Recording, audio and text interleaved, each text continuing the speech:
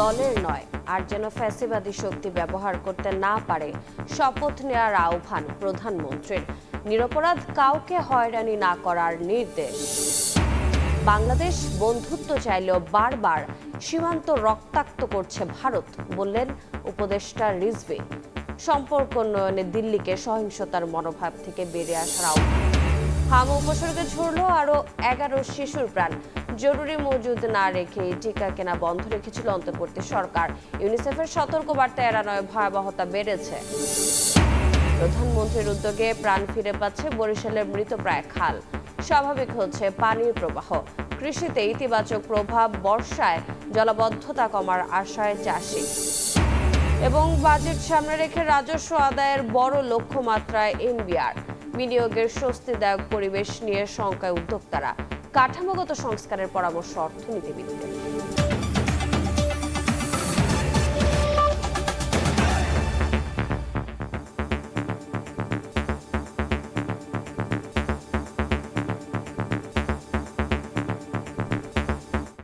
ভোরের সময়ের সঙ্গে আছে আমি রোজা চৌধুরী।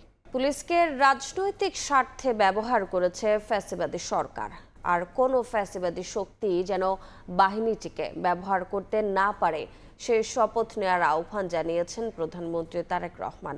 রোববার পুলিশ সপ্তাহের অনুষ্ঠানে যোগ দিয়ে শান্তি ও নিরাপত্তায় পুলিশকে পেশাদারিত্বের সঙ্গে কাজ করার নির্দেশ দেন সরকার প্রধান। নিরপরাধ কাউকে হয়রানি না করার নির্দেশ দিয়ে পুলিশকে জনগণের সঙ্গে মানবিক আচরণের আহ্বান জানান তারেক রহমান।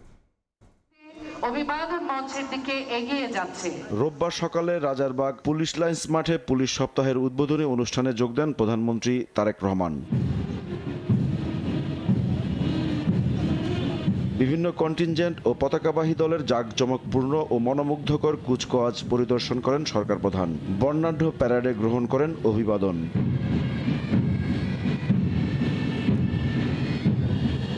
প্রধানমন্ত্রী তার বক্তব্যের শুরুতেই মুক্তিযুদ্ধে শহীদ পুলিশ সদস্যদের স্মরণ করেন, তুলে ধরেন বিভিন্ন সময় পুলিশের নানা অবদান। আর কোনো ফ্যাসিবাদী শক্তি পুলিশকে যেন ব্যবহার করতে না পারে সেই শপথ নেওয়ার আহ্বান জানান প্রধানমন্ত্রী। এই বাংলাদেশে আর কোনো ফ্যাসিবাদ স্বৈরাচার যেন পুলিশ সদস্যদেরকে দেশ এবং জনগণের স্বাধীনতার বিরুদ্ধে ব্যবহার করতে সক্ষম না হয়।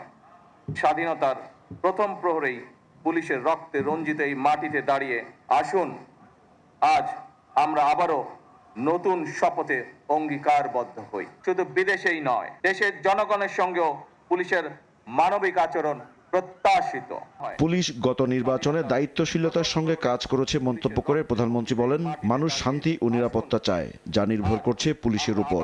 বছরের পর বছর ধরে অসংখ্য হামলা মামলার শিকার, নিপীড়িত, নির্যাতিত অধিকার হারা মানুষ বর্তমান গণতান্ত্রিক সরকারের সময় শান্তি এবং নিরাপত্তা চায়। আপনারা জনগণের জানমালের নিরাপত্তা নিশ্চিত করতে সাধ্য এবং সামর্থ্যের সবটুকু দিয়ে চেষ্টা করবেন। এটি আপনাদের কাছে বর্তমান সরকারের প্রত্যাশা। পরে কল্যাণ প্যারেডের অনুষ্ঠানে পুলিশ বাহিনীকে জনগণের আস্থা অর্জনের আহ্বান জানান সরকার প্রধান। বলেন, ফ্যাসিবাদী শাসনের কলঙ্ক পেছনে ফেলে নিরপেক্ষ বাহিনী হিসেবে পুলিশকে গড়তে চায় তার সরকার। ফ্যাসিবাদী সরকার নিজেদের হীন দলীয় স্বার্থে পুলিশ বাহিনীকে জনগণের মুখোমুখি দাঁড় করিয়েছিল। সেই অন্ধকার সময় পেরিয়ে এখন সময় এসেছে নতুনভাবে এগিয়ে যাবার। পুলিশ প্রশাসন কোনো দলের নয়। বিধিবদ্ধ আইন অনুযায়ী পুলিশ প্রশাসন পরিচালিত হবে। কোনো নিরপরাধ মানুষ যেন হয়রানির শিকার না হন তা নিশ্চিত করা অবশ্যই আপনাদের দায়িত্ব। মাদক, সন্ত্রাস ও দুর্নীতির বিরুদ্ধে বর্তমান সরকার কোনো আপোষ করবে না বলেও জানান তারেক রহমান। ইমরুল হাসান, সময় সংবাদ, ঢাকা। পশ্চিমবঙ্গে ক্ষমতার পালাবদলে সীমান্তে বাড়ছে নতুন শঙ্কা। শুভেন্দু অধিকারী মুখ্যমন্ত্রী হিসেবে শপথ নেয়ার দিনই সীমান্তে গুলিতে প্রাণ গেছে 2 যুবকের। আর লালমনিরহাটের বুড়িমারিতে অনুপ্রবেশ ঠেকিয়েছে বিজেপি। বিশ্লেষকরা বলছেন, সীমান্তের ওপারে কট্টর হিন্দুত্ববাদীর রাজনীতির উত্থানে উদ্বেগ আছে বাংলাদেশে। দিন মোহাম্মদ সাব্বিরের রিপোর্ট। শুভেন্দু অধিকারী, ঈশ্বরের নামে শপথ করিতেছি যে 47-এর দেশভাগের পর প্রথমবার পশ্চিমবঙ্গের ক্ষমতার মস্তদে গেরুয়া শিবির। তবে নির্বাচনের ফল প্রকাশের পরপরই কলকাতার নিউ মার্কেটে বুলডোজার দিয়ে সংখ্যালঘু মুসলমানদের ব্যবসা প্রতিষ্ঠান গুঁড়িয়ে দেওয়ার ছবি নজর কেড়েছে গোটা বিশ্বের। এছাড়াও বিভিন্ন স্থানে বিচ্ছিন্ন সহিংসতার ঘটনায় বাড়ছে নিরাপত্তা শঙ্কা। বিশেষ করে আসাম সহ বিজেপি শাসিত রাজ্যগুলোর অতীত অভিজ্ঞতায় সেই শঙ্কা আরও জোরালো হয়েছে। শপথ নেয়ার পর শুভেন্দু অধিকারী নীরব থাকলেও নির্বাচনী প্রচারে তার বাংলাদেশ বিরোধী বক্তব্য সেই উদ্বেগকে আরো বাড়িয়েছে। वार्ड नंबर 77 में जितना मुसलमान वोट देने के लिए निकला सब ममता को वोट दिया। বিশ্লেষকরা বলছেন সীমান্তের ওপারে কট্টর হিন্দুত্ববাদী রাজনীতির উত্থানে উদ্বেগ আছে বাংলাদেশে। ওপারে মুসলিম নির্যাতন বাড়লে তার প্রভাব পড়তে পারে এপারেও। যেহেতু হচ্ছে কি 3 লাখ ভোটার তারা এখনো হচ্ছে সেই লিস্টে জায়গা পাননি, এই নির্বাচনের বিজয়টাকে তারা যেভাবে আইডেন্টিফাই করবার চেষ্টা করছে তার ফলে এই একটা শঙ্কার জায়গাটা থাকে। এটা তো কোনো ধরনের শিষ্টাচারের মধ্যে পড়ে না, কূটনীতির ধার ধারে না, এটা তো দুই দেশের পারস্পরিক সার্বভৌম সমতার সম্পর্কের প্রতি কোনো শ্রদ্ধাশীল আচরণ না। তবে রাজনৈতিক নীরবতার মধ্যেও সীমান্তে থামেনি অস্থিরতা। এরই মধ্যে শুক্রবার ব্রাহ্মণবাড়িয়ার কসবা সীমান্তে বিএসএফ এর গুলিতে 2 বাংলাদেশির প্রাণ গেছে। এর আগে বুধবার লালমনিরহাটের বুড়িমারিতে অনুপ্রবেশের সময় এক ভারতীয় নাগরিকের পথ রোধ করে ফিরিয়ে দিয়েছে বিজিবি। সীমান্ত অস্থিতিশীল হলে শুধু বাংলাদেশ নয়, ভারতকেও এর নেতিবাচক পরিণতি ভোগ করতে হবে বলে মত বিশ্লেষকদের। আমাদের নিরাপত্তার জন্য এটা বড় একটা ধরনের হুমকি। সীমান্ত সুরক্ষিত করতে হবে, এই জাতীয় কাজ করে তারা পার পাবে না, সেই জিনিসটা আমাদেরকে, এই মেসেজটা তাদের কাছে দিতে হবে। আমাদের সীমান্ত যেটা ভারত বাংলাদেশ দুই পক্ষেরই প্রয়োজন, সেটা স্থিতিশীল থাকুক, জনগণের মধ্যে সম্পর্কের ভিত্তিটা আরো দৃঢ় হোক। এদিকে সীমান্ত পরিস্থিতি পর্যবেক্ষণে নজরদারি বাড়িয়েছে বর্ডার গার্ড বাংলাদেশ। সংস্থাটির দাবি, যে কোনো ধরনের অনুপ্রবেশ বা সীমান্ত ঘিরে যে কোনো অস্থিরতা মোকাবিলায় প্রস্তুত রয়েছে বিজিবি। দিন মোহাম্মদ সাব্বির, সময় সংবাদ, ঢাকা। বাংলাদেশ বন্ধুত্ব চাইলেও বারবার সীমান্ত রক্তাক্ত করছে ভারত। ভালো সম্পর্ক তৈরি করতে হলে দিল্লিকে সহিংসতার মনোভাব থেকে বেরিয়ে আসতে হবে বলে মন্তব্য করেছেন প্রধানমন্ত্রীর রাজনৈতিক উপদেষ্টা রুহুল কবির রিজভী। রোববার দুপুরে রাজধানীর ডিপ্লোমা ইঞ্জিনিয়ার্স ইনস্টিটিউটে এক অনুষ্ঠানে তিনি আরও বলেন, দিল্লির সঙ্গে বন্ধুত্বপূর্ণ সম্পর্ক চায় ঢাকা, কিন্তু বারবার সীমান্ত রক্তাক্ত করলে কখনোই ভালো সম্পর্ক তৈরি হবে না। রুহুল কবির রিজভী বলেন, ডিপ্লোমা ইঞ্জিনিয়ারদের অবমূল্যায়ন করার সুযোগ নেই। উন্নয়নে ভূমিকা রাখা সমাজের সব পেশাজীবীকে মূল্যায়ন করবে সরকার।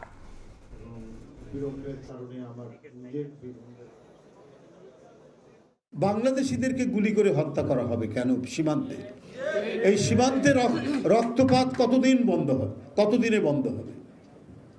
এত আলোচনা করার পর এবং এত সুন্দর বাংলাদেশের সাথে ভারতের সম্পর্ক, অনেকেই বলেন যে অত্যন্ত চমৎকার সম্পর্ক বিদ্যমান ঢাকা দিল্লি, তারপরেও গতকাল 2 জনকে গুলি করে হত্যা করা হয়েছে ব্রাহ্মণবাড়িয়ার এক সীমান্তে। বাংলাদেশের সাথে যদি একটি স্থায়ী বন্ধুত্ব গড়ে তুলতে চান, তাহলে এই যে একটা মানে সহিংসতার মনোবৃত্তি, এটা পরিহার করতে হবে। সীমান্ত হত্যা নিয়ে উদ্বেগ জানিয়েছে এনসিপি। দেশের আইনশৃঙ্খলা পরিস্থিতির অবনতি হচ্ছে বলে অভিযোগ করেছেন দলটির মুখপাত্র আসিফ মাহমুদ সজীব ভুইয়া। রোববার রাজধানীর বাংলা মোটরের সংবাদ সম্মেলনে 5টি সিটি কর্পোরেশনের প্রার্থী ঘোষণা করেন দলটির নেতারা। এছাড়া উপজেলা চেয়ারম্যান ও পৌরসভার মেয়র পদে প্রথম ধাপে 100 প্রার্থীর নাম ঘোষণা করে দলটি। এ সময় স্থানীয় সরকার নির্বাচনের সুস্পষ্ট তারিখ ঘোষণার দাবি জানান সার্জিস আলম। সিটি কর্পোরেশনগুলোতে আমরা আমাদের প্রার্থী ঘোষণা করব। আমরা উপজেলা চেয়ারম্যান এবং পৌরসভা মেয়র পদপ্রার্থী এনসিপি সমর্থিত আমরা প্রাথমিকভাবে ঘোষণা করতে যাচ্ছি। জনগণের নিরাপত্তা এক ধরনের শঙ্কা তৈরি হয়েছে এবং আমরা বিভিন্ন ধরনের আইন শৃঙ্খলার পরিস্থিতি যে ব্যাহত হচ্ছে সেটার বিভিন্ন ইনস্ট্যান্স আমরা সারা দেশে দেখতে পাচ্ছি। আমরা দেখছি যে ইদানিং সীমান্ত হত্যা আবার হঠাৎ করে বেড়ে যাচ্ছে। এটা একটা কনসার্নের বিষয়। আমরা আশা করি যে সরকার সীমান্ত হত্যা রোধে শক্তিশালী ডিপ্লোম্যাটিক অবস্থান নেবে। হাম উপসর্গে ঝরল আরও 11 শিশুর প্রাণ।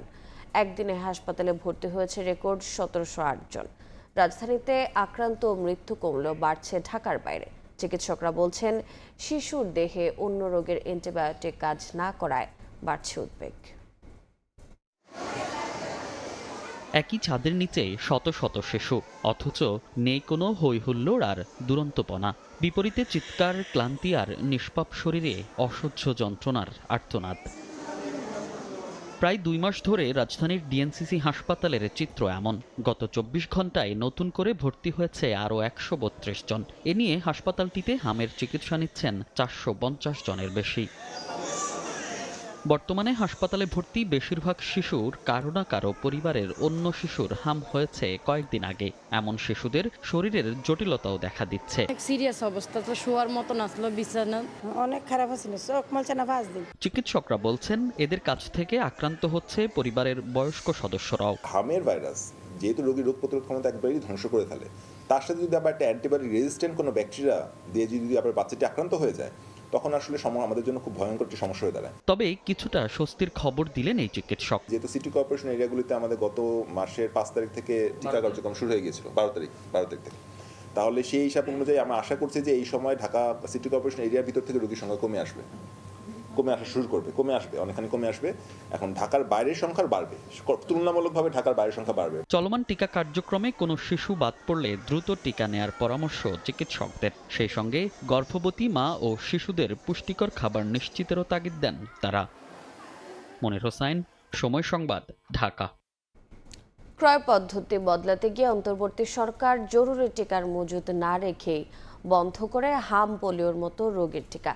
এ কারণে ভয়ঙ্কর রূপে ফিরেছে একসময় প্রায় নির্মূল হওয়া হাম, এমন অভিমত বিশেষজ্ঞের।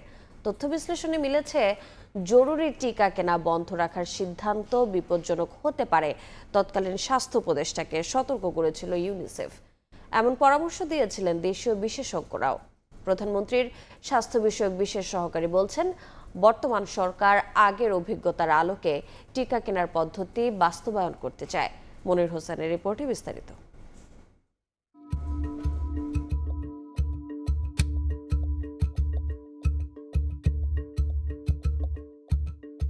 হামে অসুস্থ হয়ে হাসপাতালে একে একে শিশুর সারি। 2 মাসের কম সময়ে আক্রান্ত প্রায় 50,000, আর মৃত্যুর তালিকায় 350-র বেশি। সংক্রামক ব্যাধি হামের এমন ভয়াবহ থাবায় অসহায় অভিভাবকরা। প্রায় নির্মূল হওয়া এক রোগের হঠাৎ এমন প্রাদুর্ভাব ভাবাচ্ছে গোটা দেশকে। সরকারের মন্ত্রী, এমপি থেকে বিশেষজ্ঞ দল, সবার অভিযোগ অন্তর্বর্তী সরকারের টিকা কেনা নিয়ে অবহেলায় এমন ভয়াবহ রূপে ফিরেছে হাম। মজুদ না বাড়িয়ে জরুরি টিকা কেনা বন্ধ রাখার সিদ্ধান্ত বিপজ্জনক হতে পারে বলেও তৎকালীন স্বাস্থ্য উপদেষ্টাকে সতর্ক করেছিল ইউনিসেফ। স্বৈরাচারের সময় এবং আরো দুঃখজনক ব্যাপার হলো, অন্তর্বর্তীকালীন সরকারের সময় শিশুদের হামের টিকা গত কয়েক বছর ধরে বিদেশ থেকে আমদানি করা হয়নি। যে ক্রাইসিসটা তারা টিকা সংগ্রহের সৃষ্টি করে গিয়েছে, যাও ছিল তাও দিতে ব্যর্থ হয়েছে 2020-এর পরে। বিশ্বজুড়ে সরকারি বেসরকারি অংশীদারিত্বে পরিচালিত টিকার জোট গ্যাফি ও বাংলাদেশ সরকারের অর্থায়নে সম্প্রসারিত টিকাদান কর্মসূচি ইপিআই অন্তর্ভুক্ত টিকা বাংলাদেশকে সরবরাহ করত ইউনিসেফ। কিন্তু 2025 সালের সেপ্টেম্বরে অধ্যাপক ডক্টর মোহাম্মদ ইউনুসের নেতৃত্বাধীন অন্তর্বর্তী সরকার ইউনিসেফের মাধ্যমে টিকা কেনা বন্ধ করে দিয়ে উন্মুক্ত দরপত্র পদ্ধতি চালু করে। সেটা তো ভালো, আমরা বিদেশের সাহায্যে নির্ভরশীল না থেকে নিজেদের অর্থে আমরা স্বাস্থ্য ব্যবস্থা চালাবো। সমস্যাটা হলো এটাকে জরুরি পরিস্থিতি হিসেবে বিবেচনা করেন কি করেন না। আপনি আমেরিকার সাথে গার্মেন্টসের জন্য বাণিজ্য চুক্তি করতে গিয়ে তুলা আনাটা জরুরি মনে করছেন, কিন্তু টিকা কেনাটা জরুরি ভিত্তিতে তারা বিবেচনা করেননি। বিশেষজ্ঞদের কথা শোনা উচিত ছিল। 1.5 বছর আগে আমাদের দেশের বিশেষজ্ঞরা কিন্তু বলেছে মিটিং করে যে আপনারা দ্রুত টিকা এনে এই হামের ইয়েটা করেন। এদিকে প্রধানমন্ত্রীর স্বাস্থ্য বিষয়ক বিশেষ সহকারী ডক্টর জিয়াউদ্দিন হায়দার জানান, হামের প্রাদুর্ভাব বেড়ে যাওয়ায় জরুরি অবস্থা বিবেচনা করেই আগের পদ্ধতিতে টিকার ব্যবস্থা করেছে সরকার। বলেন, বর্তমান সরকার হঠাৎ করে নয়, ধীরে ধীরে বাস্তবায়ন করতে চায় টিকা কেনার পদ্ধতি। ওপি থেকে ডিপিপি যে মাইগ্রেশন, হ্যাঁ, ইট মেক সেন্স, কারণ এটা আমি ন্যাশনাল সিস্টেমের সাথে আমি আরও বেশি ইন্টিগ্রেট করতেছি। হ্যাঁ, কিন্তু যে সমস্যাটা অতীতে হয়েছিল সেটা হলো উইদাউট এনি রেডিনেস, হ্যাঁ, এবং উইদাউট এনি অল্টারনেটিভ সিস্টেম তারা হঠাৎ করে এই মাইগ্রেশনটা করেছে। আমার মনে হয় যে আমাদের যখন নতুন বাজেট সাইকেল শুরু হবে তখন যে সমস্যাগুলো আমরা গত 1 বছর ধরে দেখছি, এই সমস্যাগুলো মোটেই থাকবে না। এছাড়া গাফিলতির কিংবা সংকটের বিচার চাওয়ার প্রসঙ্গে জানতে চাইলে প্রধানমন্ত্রীর বিশেষ সহকারী জানান, অতীতের দিকে না তাকিয়ে দল মতের ঊর্ধ্বে দেশের জন্য কাজ করতে চায় বর্তমান সরকার। সমস্যা তো আমাদের প্রচুর আছে, কিন্তু সমস্যা নিয়ে কথা না বলে আমরা এখন একটু সমাধান নিয়ে কথা বলি, সামনের দিকে আমরা আগাই। মনির হোসাইন, সময় সংবাদ, ঢাকা। হামে মারা যাওয়া 352 শিশুর পরিবারকে 2 কোটি টাকা করে ক্ষতিপূরণ চেয়ে হাইকোর্টে রিট হয়েছে। রোববার সুপ্রিম কোর্টের আইনজীবী ব্যারিস্টার হুমায়ুন কবির জনস্বার্থে এই রিট দায়ের করেন। স্বাস্থ্য সচিব সহ সংশ্লিষ্টদের রিটে বিবাদী করা হয়েছে। হাম ও হামের উপসর্গ নিয়ে গত 55 দিনে 352 শিশুর মৃত্যু হয়েছে। অন্তর্বর্তী সরকারের যেই স্বাস্থ্য উপদেষ্টা ছিলেন নূরজাহান বেগম, তার সময়ে ক্রয় পদ্ধতি পরিবর্তন করে ওপেন টেন্ডার মেথডে এই হামের টিকা ক্রয় করা হবে, কিন্তু এটি করতে গিয়ে তিনি ব্যর্থ হয়েছেন এবং এই ব্যর্থতার কারণেই মূলত এই হামের টিকা ক্রয় করা সম্ভব হয়নি। কার অবহেলার কারণে এই হামের টিকা ক্রয় করা সম্ভব হয়নি, এই বিষয়ে তদন্ত করবার জন্য আমরা WHO, ইউনিসেফ, IDCR এর প্রতিনিধিদের সমন্বয়ে 10 সদস্য বিশিষ্ট একটি তদন্ত কমিটি করবার জন্য নির্দেশনা চেয়েছি আমাদের রিটে। প্রধানমন্ত্রী তারেক রহমানের নয়া উদ্যোগে প্রাণ ফিরে পাচ্ছে বরিশাল বিভাগের বেশ কিছু মৃতপ্রায় খাল। খননের কারণে পানির প্রবাহ স্বাভাবিক হতে শুরু করেছে। ইতিবাচক প্রভাব পড়ছে কৃষি সেচে। সেই সাথে চলতি বর্ষা মৌসুমে জলাবদ্ধতা কমাবে আশা ভুক্তভোগীদের। তবে নিশ্চিহ্ন হতে যাওয়া খাল উদ্ধারেরও দাবি বরিশালবাসীর। বিস্তারিত অপূর্ব রিপোর্টে। নদী খালের নামে পরিচিত বরিশাল মায়ের মমতায় জনপদকে আঁকড়ে রেখেছে প্রায় ৩৫০০ খাল। পানি উন্নয়ন বোর্ডের হিসেবে যার দৈর্ঘ্য ৩৩৪৯ কিলোমিটার। প্রধানমন্ত্রী তারেক রহমানের নয়া উদ্যোগে এরই মধ্যে ৬ জেলায় খনন শুরু হয়েছে ৬১.৫ কিলোমিটার। বরিশাল সদর উপজেলার চরকাওয়া ইউনিয়নের স্বনির্ভর খাল এটি। 4 মাস আগেও এখানে ২৫০০ হেক্টর ফসলি জমি থাকত সেচের অভাবে। আজ সেখানে বইছে নতুনের গান। 4 দশক পর সংস্কারের ছোঁয়ায় 6 কিলোমিটারের খালের 4 কিলোমিটার খননই বদলে গেছে দৃশ্যপট। এলাকাবাসী সবাই উপকার হয়েছে যে আগে আমন ধানে ওই সাইডে পানি আটকা থাকতো, পানি নামতে পারতো না, আমন ধান হইতো না, আমন ধান নষ্ট হয়ে যেত। একই চিত্র জেলার গৌরনদীর কুতুবপুরে। এই খালটি আবারও পুনঃখননের কাজ শুরু হয়েছে। সেই সাথে মহানগরীর বেশ কিছু খালগুলোতেও চলছে এখন খনন পরিচ্ছন্নতা অভিযান, যাকে ঘিরে নতুন করে স্বপ্ন দেখছেন স্থানীয় বাসিন্দারা। পানি বর্ষা পড়লে জোয়ার উঠতে ঠেলিয়ে কোলার দিয়ে নামতে না, শ্যাওলাপুরিয়ে থাকতে মানুষে বিষ করতে পারতে না। বন্যার সিজন আসলেই পানি ঘরবাড়িতে তলাই যেত, এখন আর ওইটা আর আশা করা যায় না যে ঘরবাড়ি তলাইবে। আমাদের টার্গেট হলো পানিটা যেন পরিষ্কার থাকে এবং একই সাথে চলাচলের একটা ব্যবস্থা হবে এবং এই কৃষিকাজের জন্য পানিটা যেন ব্যবহার করতে পারে এবং সাথে সাথে আমাদের মশার উৎপাতটা এটা বন্ধ করা যায়। জলাবদ্ধতা, নিষ্কাশন এবং সেচ, এই 3টি বিষয়কে আমরা গুরুত্ব দিয়েছি এবং সেচের বিষয়টা এখানে সবচেয়ে বেশি প্রাধান্য পাবে, যে খালে শুষ্ক সময়ে পানি থাকবে এবং পানি ব্যবহার করে কৃষক ফসল উৎপাদন বৃদ্ধি পাবে। এদিকে পিরোজপুরের শিকদার মল্লিক ইউনিয়নে প্রধানমন্ত্রী তারেক রহমানের বিশেষ উদ্যোগে প্রাণ ফিরে পাচ্ছে একাধিক মৃতপ্রায় খালগুলো। একসময় পানির অভাবে যেখানে ফসল হতো না, এখন সেখানে বাম্পার ফলনের স্বপ্ন দেখছেন চাষিরা। জমি, খাত, বই সব কিছুর জন্য সুবিধা পাইতেছি। আবর্জনাই ছিল, যার কারণে পানি উপরে উঠতো না, এখন কাটার পরে খুব ভালোই হচ্ছে। বরগুনাতেও থেমে নেই বিশাল কর্মযজ্ঞ। পানি উন্নয়ন বোর্ড জেলায় 609টি খাল শনাক্ত করেছে। চলতি বছরই 29 কিলোমিটারের 9টি খালের খনন কাজ শুরু হয়েছে। ধান 3 ফিট 4 ফিট 5 ফিট হলাইছি, পানি নামতে না পড়ছি গেছে। এখন খাল কাটতে ভালো হইবে, আমার 3টে ফসল হইবে, 2টে ধান হইবে, একটা ডাইল হইবে। ইতিমধ্যে আমরা ফিজিবিলিটি স্টাডির মাধ্যমে একটি প্রকল্প আমাদের ডিপার্টমেন্ট থেকে পানি সম্পদ মন্ত্রণালয়ে দাখিল করা হয়েছে। সেখানে আমরা 159টা খালে প্রায় 400 কিলোমিটার পুনঃখননের জন্য প্রস্তাব করেছি। সরকারের খাল খনন ও সংস্কারের উদ্যোগে চলতি বর্ষা মৌসুমে জলাবদ্ধতা কমাবে আশা ভুক্তভোগীদের। তবে নিশ্চিহ্ন হতে যাওয়া খাল উদ্ধারেরও দাবি বরিশালবাসীর। অপূর্ব অপু, সময় সংবাদ, বরিশাল। উত্তরাধিকার সূত্রে পাওয়া অর্থনীতি কাঁধে নিয়ে আগামী অর্থ বছরের জন্য 9,30,000 কোটি টাকার বাজেট ঘোষণা করতে যাচ্ছে বিএনপি সরকার। গত বছরের তুলনায় আকার বাড়ছে প্রায় 1.5 লাখ কোটি টাকা। স্থিতিশীল অর্থনীতি ও উচ্চ প্রবৃদ্ধির ধারার ফেরাই মূল লক্ষ্য বলে আভাস মিলেছে অর্থ মন্ত্রণালয় থেকে। বাস্তবায়নে দক্ষতা দেখাতে না পারলে মূল্যস্ফীতি আরও বাড়তে পারে বলে সতর্ক করছেন অর্থনীতিবিদরা। কামরুল হাসান সবুজের রিপোর্ট। বেচাকেনার ব্যস্ততার মধ্যেই এই মুদি দোকানির নিরন্তর হিসাব কষে চলা, ভোক্তা চাহিদা মেটাতে পণ্য সরবরাহ ঠিক রাখতে কিভাবে আসবে অর্থের যোগান, সংকট মোকাবিলায় কতটুকু ভরতে পারবেন সঞ্চয় ভাণ্ডার, ঘাটতি পূরণে ভরসা রাখবেন কোথায়, আর পরিবারের সদস্যদের খরপোশ মেটাতেই বা ব্যয় করবেন কত টাকা। পরিকল্পনা যদি আমার ভালো না হয় তাহলে আমার কোনো কাজে ভালো হবে না। আয় ব্যয়ের হিসাব কষে চলা প্রত্যেক সচেতন মানুষের মতোই আগামী অর্থ বছরে দেশের উন্নয়নে কত টাকা ব্যয়ে কি করা হবে ছক কষে জাতীয় সংসদে সেই বাজেট ঘোষণা হতে যাচ্ছে আগামী 11 জুন। কঠিন সময়ে বাজেট দেওয়ার দায়িত্ব পড়েছে নতুন সরকারের উপর। কঠিন সময় বিশ্ব বাস্তবতায়, দেশের কয়েক বছরের অর্থনৈতিক বাস্তবতায় তো কঠিন বটেই। বিএনপি সরকার 2026-27 অর্থ বছরের জন্য 9,30,000 কোটি টাকার বাজেট দিতে যাচ্ছে বলে জানিয়েছে অর্থ মন্ত্রণালয়ের সূত্র, যা চলতি অর্থ বছরের প্রস্তাবিত বাজেটের চেয়ে 1,40,000 কোটি টাকা বেশি। আর জিডিপি প্রবৃদ্ধি ধরা হতে পারে 6.5%। প্রবৃদ্ধি তো আমরা 8% অলমোস্ট চলে গিয়েছিলাম, সেখান থেকে আমরা নেমে গিয়েছি। সেই হিসেবে টার্গেটটা 6.5% অনেক বেশি না। স্বৈরশাসনের অবসান ঘটিয়ে 1991 সালে রাষ্ট্র ক্ষমতায় এসেই ভ্যাট প্রচলন করে রাজস্ব আদায়ে যুগান্তকারী পদক্ষেপের জানান দিয়েছিল বিএনপি। 2 দশক পর দেশ পরিচালনার দায়িত্ব নিয়ে এবারও বাজেটে নতুনত্ব আনবে বলে আশা এনবিআরের সাবেক এই চেয়ারম্যানের। বাজেট বাড়াতে হবে। কেন বাড়াতে হবে? যে অর্থনীতিকে চালু করতে হবে, বাজেট বড় করতে হবে, কিন্তু সুশাসনটা তার সাথে থাকতে হবে।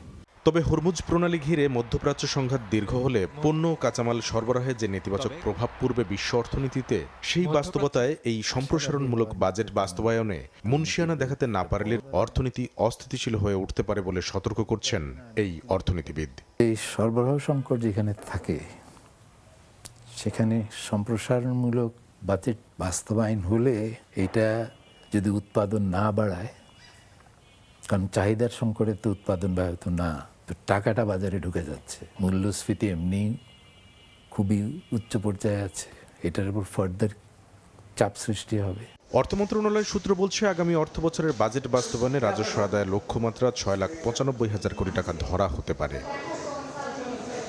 কামরুল হাসান সবুজ, সময় সংবাদ, ঢাকা। কম গুরুত্বপূর্ণ ও উচ্চাভিলাষী প্রকল্প বাদ দেবে সরকার। এবার বাজেটে স্বাস্থ্য ও শিক্ষা খাতের উন্নয়নে বরাদ্দ বাড়ানো হবে বলেও জানিয়েছেন অর্থ ও পরিকল্পনা মন্ত্রী। রোববার পিকেএসএফ এর অনুষ্ঠানে তিনি আরও জানান, সব শ্রেণী পেশার মানুষকে মূলধারার অর্থনীতিতে নিয়ে আসতে কাজ করছে সরকার। জিডিপির প্রবৃদ্ধির ধারায় দেশের মানুষের মাথাপিছু আয় বাড়লেও উচ্চ আয় বৈষম্যের কারণে উন্নয়নের সুফল পুরোপুরি পান না মধ্যবিত্ত থেকে প্রান্তিক মানুষ। রোববার রাজধানীর আগারগাঁওয়ে পিকেএসএফ ও বিশ্বব্যাংকের উদ্যোগে রেস প্রকল্পের দ্বিতীয় পর্যায়ের কার্যক্রমের উদ্বোধনী অনুষ্ঠানে উঠে আসে এই প্রসঙ্গ। এতে অর্থ ও পরিকল্পনা মন্ত্রী জানান, অর্থনৈতিক গণতন্ত্রের মাধ্যমে পিছিয়ে পড়া জনগোষ্ঠীকে মূলধারার অর্থনীতিতে যুক্ত করতে কাজ করছে সরকার। শুধুমাত্র রাজনীতিতে গণতন্ত্র থাকলে তো চলবে না, এই জন্য আমাদের স্লোগান হচ্ছে অর্থনীতিকে গণতন্ত্রের করো। বাংলাদেশের প্রত্যেকটি নাগরিকের বাংলাদেশের অর্থনীতিতে অংশগ্রহণ করার একটা অধিকার আছে। কম গুরুত্বপূর্ণ ও উচ্চাভিলাষী প্রকল্পগুলো বাদ দেওয়ার পরিকল্পনার কথা জানান মন্ত্রী। আমাদের 1300 প্রজেক্ট প্ল্যানিং কমিশনে আছে, আমরা অনেকগুলো প্রজেক্ট বাদ দিয়ে দিচ্ছি। এখানে আমাদের আউট অফ পকেট এক্সপেন্ডিচার নিজের স্বাস্থ্য সেবার জন্য আফগানিস্তান চেয়ে বেশি, কিন্তু সেটা লজ্জাকর ব্যাপার। এদিকে রেস প্রকল্পের মাধ্যমে নারী উদ্যোক্তা সহ 2 লাখ তরুণকে প্রশিক্ষণের আওতায় আনার পরিকল্পনার কথা জানানো হয় দ্বিতীয় পর্যায়ের কার্যক্রম উদ্বোধনীতে। 85% employment is in the informal sector. Building না বানিয়ে, ক্লাসরুম না বানিয়ে, ঘনঘটা করে কি বলবো সভা সমিতি না করে, you are doing it silently. 2030 সালের মধ্যে প্রকল্পের আওতায় সরাসরি উপকৃত হবেন 4 লাখের বেশি উদ্যোক্তা। অগ্রাধিকার দেওয়া হবে পিছিয়ে পড়া জনগোষ্ঠী, জলবায়ু ঝুঁকিপূর্ণ এলাকার তরুণদের। তোফাজ্জল হোসাইন, সময় সংবাদ, ঢাকা। আসছে বাজেট বাস্তবায়নে 6,04,000 কোটি টাকা রাজস্ব আদায়ের লক্ষ্যমাত্রা পেতে যাচ্ছে এনবিআর। অথচ চলতি অর্থবছরের প্রথম 9 মাসে সংস্থাটি আদায় করতে পেরেছে মাত্র 2,87,662 কোটি টাকা। একদিকে ব্যবসা সহজীকরণের প্রতিশ্রুতি, অন্যদিকে রাজস্ব আদায়ের উচ্চ চাপ কতটা স্বস্তি দেবে বিনিয়োগে তা নিয়ে শঙ্কায় উদ্যোক্তারা। তাদের দাবি, বিনিয়োগ বান্ধব কর কাঠামো আর আদায়ে সুশাসন নিশ্চিত করতে হবে। এ অবস্থায় এনবিআর এর কাঠামোগত সংস্কার ও সক্ষমতা বাড়ানোর পরামর্শ অর্থনীতিবিদদের। MS আরিফিনের report. 1991 সালে রাষ্ট্র ক্ষমতায় এসে ভ্যাট ব্যবস্থার প্রচলন ঘটিয়ে রাজস্ব আদায়ে যে বিপ্লবের শুরু করেছিল বিএনপি সরকার, এনবিআর এর পরিসংখ্যান বলছে ধীরে ধীরে সেই ভ্যাটই হয়ে ওঠে সরকারের বাজেট বাস্তবায়নে সবচেয়ে বড় অঙ্কের অর্থের যোগানদাতা। ভ্যাটে ভর করে চলতি অর্থবছরের প্রথম 9 মাসে 2,87,662 কোটি টাকা রাজস্ব আদায় করেছে এনবিআর। সংস্থাটির কাঁধে থাকা মোট 5,03,000 কোটি টাকা রাজস্ব আদায়ের সংশোধিত লক্ষ্যমাত্রা পূরণে জুন পর্যন্ত 3 মাসে এনবিআরকে আদায় করতে হবে প্রায় 2,15,000 কোটি টাকা। মন্ত্রণালয় সূত্র বলছে, এমন বাস্তবতার মধ্যেই 2026-27 অর্থ বছরের বাজেটে মোট 6,95,000 কোটি টাকা রাজস্ব আদায় লক্ষ্যমাত্রা ধরা হতে পারে, যা জিডিপির 10.17%, যেখানে এনবিআর এর কাঁধে পড়তে পারে 6,04,000 কোটি টাকা আদায়ের দায়িত্ব। বড় অঙ্কের এই অর্থ আদায়ের চাপ যেন হয়রানির কারণ না হয়ে দাঁড়ায়, সেই নিশ্চয়তা চান উদ্যোক্তারা। সাবকন্ট্রাক্ট করাই, এটা যে মূল ফ্যাক্টরি সে কিন্তু একবার উচ্চ কর দিচ্ছে, আবার যিনি করেন এবং যিনি দেন ওইখানেও আবার ট্যাক্সেশন, এটা হলো ডাবল ট্যাক্সেশন। এটা যেন না হয়। শুধু ফিসক্যাল সাপোর্ট না, আমাদের পলিসি সাপোর্ট দেন। যেসব পলিসি সাপোর্ট দিলে সরকারের রেভিনিউয়ে কোনো নেগেটিভ ইম্প্যাক্ট হবে না, কিন্তু আমাদের ব্যবসা করাটা সহজ হবে। ব্যবসায়ীরা বলছেন, বিনিয়োগ বান্ধব কাঠামো তৈরি হলে সরকারকে রাজস্ব দিতে আগ্রহী হবেন তারাও। তবে ব্যবসা বান্ধব কর কাঠামো আর আদায়ে সুশাসন নিশ্চিত করতে পারলে লক্ষ্যমাত্রা অর্জন সহজ হবে। স্ট্যান্ডার্ড ট্যাক্স 20-25% হওয়ার কথা, তা আপনার 20-25% অনেক পরের কথা। আপনারা আমার কাছ থেকে নিয়ে যাচ্ছেন ওই 52% ট্যাক্স। এই অন্যায়টার কারণে কিন্তু আমরা আসলে ট্যাক্স দেওয়ার জন্য বা আমাদের প্রফিট শো করতে আমরা চাচ্ছি না। যদি এই অত্যাচারগুলো বন্ধ করেন তখন অটোমেটিক সরকারের রেভিনিউ বাড়বে। অর্থনীতিবিদরা বলছেন, এনবিআর এর কাঠামোগত সংস্কার ও সক্ষমতা না বাড়িয়ে করের বোঝা বাড়লে কমে যেতে পারে বিনিয়োগ, যা আরও চাপে ফেলবে রাজস্ব আদায়কে। ট্যাক্স রেভিনিউ এমনভাবে কালেক্ট করতে হবে যাতে মানুষ স্বতঃস্ফূর্তভাবে ট্যাক্স দেয়, মানে ভলেন্টারি কমপ্লায়েন্স, যেটা আমাদের এখানে সেই গুণটা নাই। আজকে এটা করলাম, কালকে আরেকটা করলাম, দেখলাম যে রাজস্ব আসছে, আচ্ছা ওটা ধরো, এটা বাড়িয়ে দাও। That is not how you collect. তথ্য বলছে, বাজেটে এনবিআর বহির্ভূত ও নন ট্যাক্স রেভিনিউ এনটিআর মিলিয়ে আরও 91,000 কোটি টাকা রাজস্ব আদায় করতে চায় সরকার। তারপরও তথ্য বলছে 2026-27 অর্থ বছরের প্রস্তাবিত বাজেটে ঘাটতি ধরা হতে পারে 2,35,000 কোটি টাকা। MS আরিফিন, সময় সংবাদ, ঢাকা। 2% জমা দিলেই নিয়মিত হবে খেলাপি ঋণ, এমন ঘোষণা দিয়ে বাজেটের আগে আবার ঋণ পুনঃতফসিলের সময় বাড়িয়েছে বাংলাদেশ ব্যাংক। ক্ষতিগ্রস্ত ব্যবসায়ীদের জন্য এই নীতি সহায়তা কর্মসংস্থান সৃষ্টি করবে এমন প্রত্যাশা কেন্দ্রীয় ব্যাংকের। তবে অর্থনীতি বিশ্লেষকরা বলছেন, অর্থনীতির স্বার্থে অতীতের দেয়া নীতি সহায়তার কার্যকারিতা ও মূল্যায়ন প্রয়োজন। সেলিয়া সুলতানার রিপোর্ট। 2025-এর সেপ্টেম্বর শেষে নির্বাচনের আগে খেলাপি ঋণ ছিল 6,44,515 কোটি টাকা। কেন্দ্রীয় ব্যাংকের বিশেষ নীতি সহায়তায় ডিসেম্বর শেষে ব্যাংক খাতে খেলাপি ঋণ কমে হয় 5,57,000 কোটি টাকা। বাংলাদেশ ব্যাংকের কাগজের সহায়তায় 3 মাসে খেলাপি ঋণ 35.73% থেকে কমে 30.60% নেমে আসে। এবার বাজেটে বন্ধ কারখানা চালুতে প্রায় 40,000 কোটি টাকা বরাদ্দের পরিকল্পনা সরকারের। ফলে সে প্রতিযোগিতায় নামতে বাজেটের আগে আবারও খেলাপি ঋণ পুনঃতফসিলের সুযোগ পাচ্ছেন খেলাপিরা। আগামী জুন পর্যন্ত 2% জমা দিলেই নিয়মিত হবে খেলাপি ঋণ। গত 31 মার্চ পর্যন্ত যাদের ঋণ খেলাপি হয়ে পড়েছে তারাই শুধু এই সুযোগ পাবে বলে জানায় বাংলাদেশ ব্যাংক। যেহেতু আমরা কলকারখানা চালু করতে হলে গ্রাহককে কিন্তু আবার কিছু ঋণ সুবিধা দিতে হবে, কালের পানি বের করতে হলে আবার কিছু পানি দিতে হয়, কিন্তু কাকে আমরা টাকা দিব? যিনি খেলাপি নয়। অতএব যারা খেলাপি অবস্থায় আছেন তাদেরকে পুনঃতফসিল করার সুবিধা আমরা আবার দিতে চাই। তবে কর্মসংস্থান সৃষ্টি ইতিবাচক উদ্দেশ্য হলেও পূর্বে দেয়া নীতি সহায়তার মূল্যায়ন জরুরি বলে মনে করেন অর্থনীতিবিদরা। এটা সরকার দেওয়ার আগে সরকার কিন্তু কমিট করতে হবে যে আমি এটা দিচ্ছি আপনাকে সহায়তা, নীতি সাপোর্টটা দিচ্ছি, সেটাতে আলটিমেটলি অর্থনীতিতে আপনি কতটুকু কন্ট্রিবিউট করবেন। এইটার কিন্তু একটা জিনিস যদি চাওয়া হয় তাহলে মনে এগুলো মোর ট্রান্সপারেন্ট ওয়েতে, ঢালাওভাবে অনেক কিছু চাওয়ার চেয়ে আমরা যদি এটাকে ফ্যাক্ট ফিগারের মাধ্যমে দেই যে আমাকে এই ফ্যাসিলিটি দিলে আমার ইকোনমিতে ইনডাইরেক্টলি এত কন্ট্রিবিউটেড হবে এবং আমি এই সুবিধাটা দিব, এবং এটা যদি ফলো আপ করা হয় তাহলে হয়তো এটা ধরনের চেক অ্যান্ড ব্যালেন্স থাকে।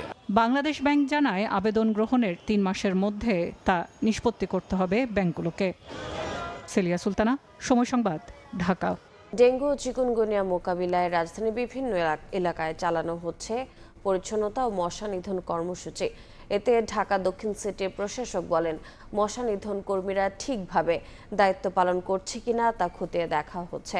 আর ডেঙ্গু প্রতিরোধে সচেতনতামূলক কর্মসূচির উদ্বোধন করেছেন ঢাকা উত্তর সিটির প্রশাসক। ডেঙ্গুর মৌসুম সামনে রেখে রাজধানীতে মশা নিধন কার্যক্রম জোরদার করেছে 2 সিটি কর্পোরেশন। কর্মীদের দায়িত্ব পালনের তদারকি, নতুন ওষুধ পরীক্ষা এবং জনসচেতনতা বাড়াতে নানা উদ্যোগের কথা জানাচ্ছেন 2 সিটি কর্পোরেশনের প্রশাসক। ঝুঁকি কমাতে প্রাক বর্ষা প্রস্তুতি শুরু করেছে ঢাকা দক্ষিণ সিটি কর্পোরেশন। রোববার সকালে নগর ভবন এলাকায় এডিস মশার লার্ভা জরিপ কার্যক্রমের উদ্বোধন করেন ডিএসসিসি প্রশাসক মোহাম্মদ আব্দুস সালাম। তিনি জানান, ডেঙ্গু মৌসুমের আগেই কর্মীরা ঠিকভাবে দায়িত্ব পালন করছে কিনা তা খতিয়ে দেখা হচ্ছে। অভিযোগ পেলেই তাৎক্ষণিক ব্যবস্থা নেওয়ার কথাও জানান তিনি। আগের ওষুধ আপনারা বলার পরে 2 বার আমরা পরীক্ষা করেছি। মন্ত্রণালয় থেকে পরীক্ষা করার পরে তারা বলেছে যে না, ওষুধ ঠিক আছে এবং এটা জাস্টিফাইড, কাজে ওষুধের ব্যাপারে কোথাও কোনো আপত্তি নাই। এদিকে ডিএনসিসি সুপারমার্কেটের সামনে সুরে সুরে ডেঙ্গু প্রতিরোধ শীর্ষক ভ্রাম্যমাণ বাউল সঙ্গীত কর্মসূচির উদ্বোধন করেন ঢাকা উত্তর সিটির প্রশাসক মোহাম্মদ শফিকুল ইসলাম খান। প্রধানমন্ত্রীর নির্দেশনার কথা উল্লেখ করে প্রতি শনিবার বাসাবাড়ি পরিষ্কার রাখার অভ্যাস করে তোলার আহ্বান জানান তিনি। জনাব তারেক রহমান বলেছে, জনগণের পাশে যাও, জনগণকে সেবা করো, দেশ পরিকল্পনায় নিজেকে নিয়োজিত করো। তাহলে আমাদের সেই কথাটা শুনতে হবে না? শুনতে হবে। অনেকে দেখি আজকে দুপুরে কি রান্না করেছে সেটাও ফেসবুকে দেয়। তো যখন আপনি আপনার বাসার আঙিনা ফুলের টব পানি জমে আছে, সেটা যখন পরিষ্কার করবেন, এটাও ফেসবুকে দিয়ে দিবেন। এছাড়া একটি গোষ্ঠী এখনো অপপ্রচার চালাচ্ছে মন্তব্য করে কাজের মাধ্যমেই তাদের জবাব দেওয়া হবে বলে জানান ডিএনসিসি প্রশাসক। আগামী দিনে ডেঙ্গু থেকে মানুষকে। তাসনিয়া নিশাত, মিম, সময় সংবাদ, ঢাকা। নারায়ণগঞ্জ সিটির সাবেক মেয়র সেলিনা হায়াত আইভীকে 10 মামলায় হাইকোর্টের দেয়া জামিন বহাল রেখেছেন আপিল বিভাগ। অন্যদিকে জুলাই হত্যার 2টি মামলায় সাবেক সংস্কৃতি মন্ত্রী আসাদুজ্জামান নূরকে জামিন দিয়েছেন হাইকোর্ট। প্রধান বিচারপতির নেতৃত্বাধীন আপিল বিভাগ সেলিনা হায়াত আইভীর জামিন বহাল রাখার আদেশ দেন। গত বছরের 9 মে নারায়ণগঞ্জের বাসা থেকে তাকে গ্রেফতার করা হয়। এরপর বিভিন্ন মামলায় গ্রেফতার দেখানো হয় আইভীকে। এছাড়া আসাদুজ্জামান নূরের জামিনের আদেশ দেন বিচারপতি KM জাহিদ সারোয়ার কাজল ও বিচারপতি শেখ আবু তাহেরের বেঞ্চ। 2024 সালের 15 সেপ্টেম্বর তাকে গ্রেফতার করে পুলিশ।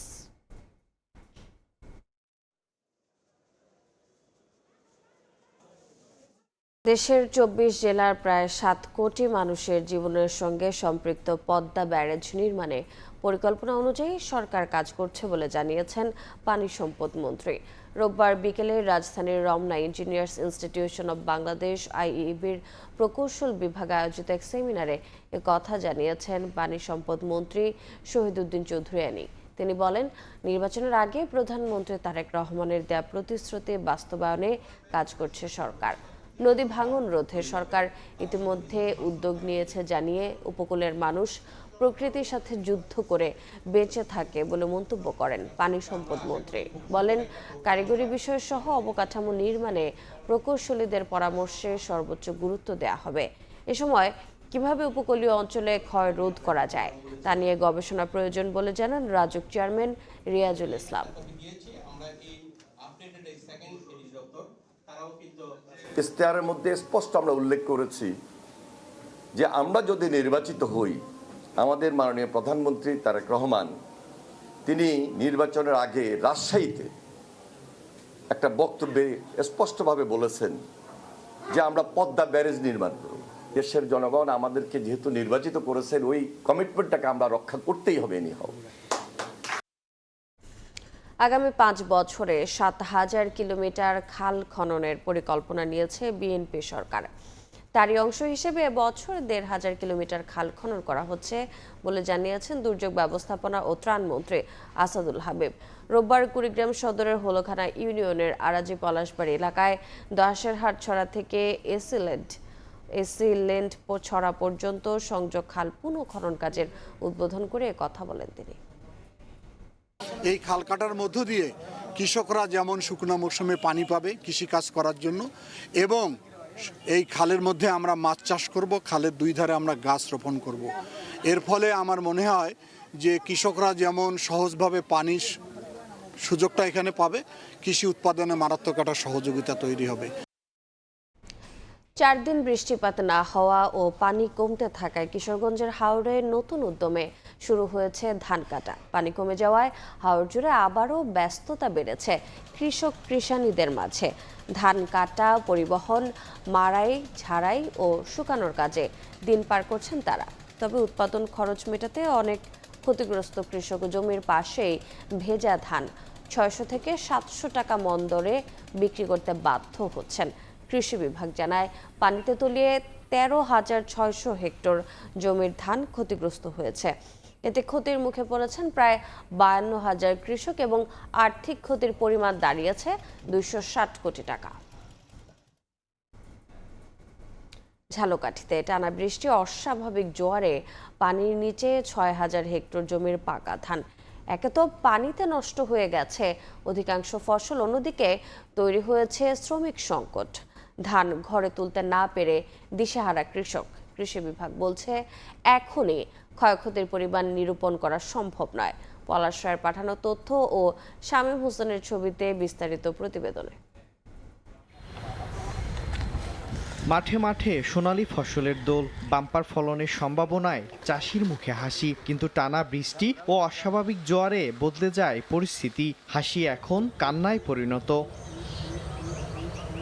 কৃষকরা জানান এবছর বোরো আবাদে বেড়েছে উৎপাদন খরচ। ধার দেনা করে প্রতিকূলতার মধ্যেও আবাদ করা কষ্টের ফসল এখন পানির নিচে। মরার উপর খাড়ার ঘা হিসাবে দেখা দিয়েছে শ্রমিক সংকট। ঘরে ঘরে শুরু হয়েছে হাহাকার।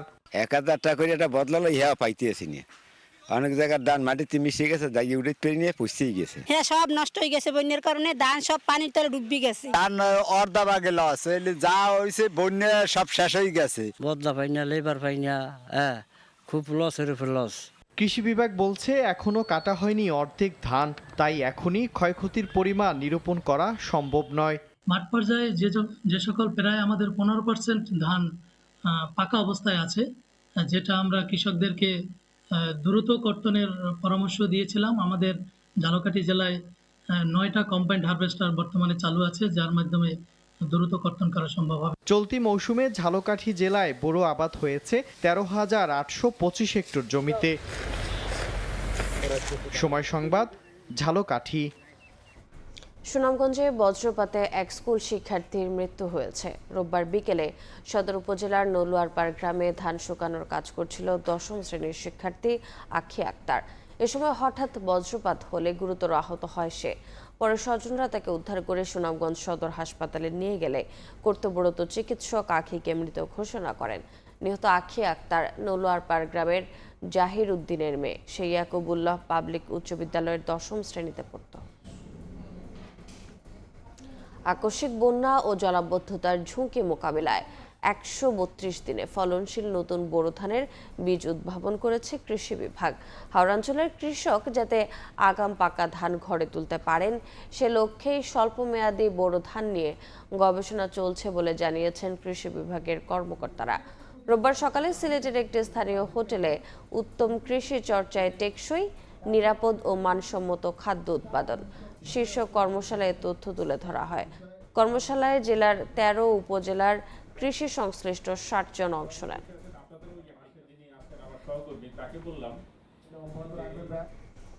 গাইবান্ধায় শিশুকে ধর্ষণের অভিযোগ উঠেছে তরুণের বিরুদ্ধে। অভিযুক্তকে আটক করে থানায় দিয়েছেন এলাকাবাসী। স্থানীয়রা জানান রোববার বিকেলে স্কুল থেকে বাড়ি ফিরছিল শিশুটি। তার পথ রোধ করে যুবক নোমান পার্শ্ববর্তী জঙ্গলে নিয়ে শিশুটিকে ধর্ষণের চেষ্টা চালায়। এ সময় স্থানীয়রা বিষয়টি টের পেয়ে নোমানকে আটক করে। খবর পেয়ে তাকে আটক করে গোবিন্দগঞ্জ থানা police. Barishal Sher e Bangla medical college হাসপাতালে নার্সিং প্রশিক্ষণের নামে লাখ লাখ টাকা হাতিয়ে নেওয়ার অভিযোগ উঠেছে বেসরকারি DWF নার্সিং কলেজের বিরুদ্ধে। প্রতিষ্ঠান প্রধান জহিরুল ইসলাম সরকারি হাসপাতালে টাকা দিয়ে প্রশিক্ষণের ব্যবস্থা করে দেন বলে সময় সংবাদের কাছে দাবি করেন। শেরেবাংলা মেডিকেল কর্তৃপক্ষ সাফ জানিয়েছে, সরকারি হাসপাতালে প্রশিক্ষণের নামে টাকা নেওয়ার সুযোগ নেই। অর্থ লুটপাটের অভিযোগে আন্দোলনে নেমেছেন শিক্ষার্থীরা। শিক্ষার আড়ালে জালিয়াতি, অর্থ আত্মসাৎ আর নারী কেলেঙ্কারি সহ অভিযোগ উঠেছে নাম সর্বস্ব অন্তত 15টি প্রতিষ্ঠান গড়ারও। বিস্তারিত অপূর্ব অপুর রিপোর্টে ছবি তুলেছেন সুজয় দাস।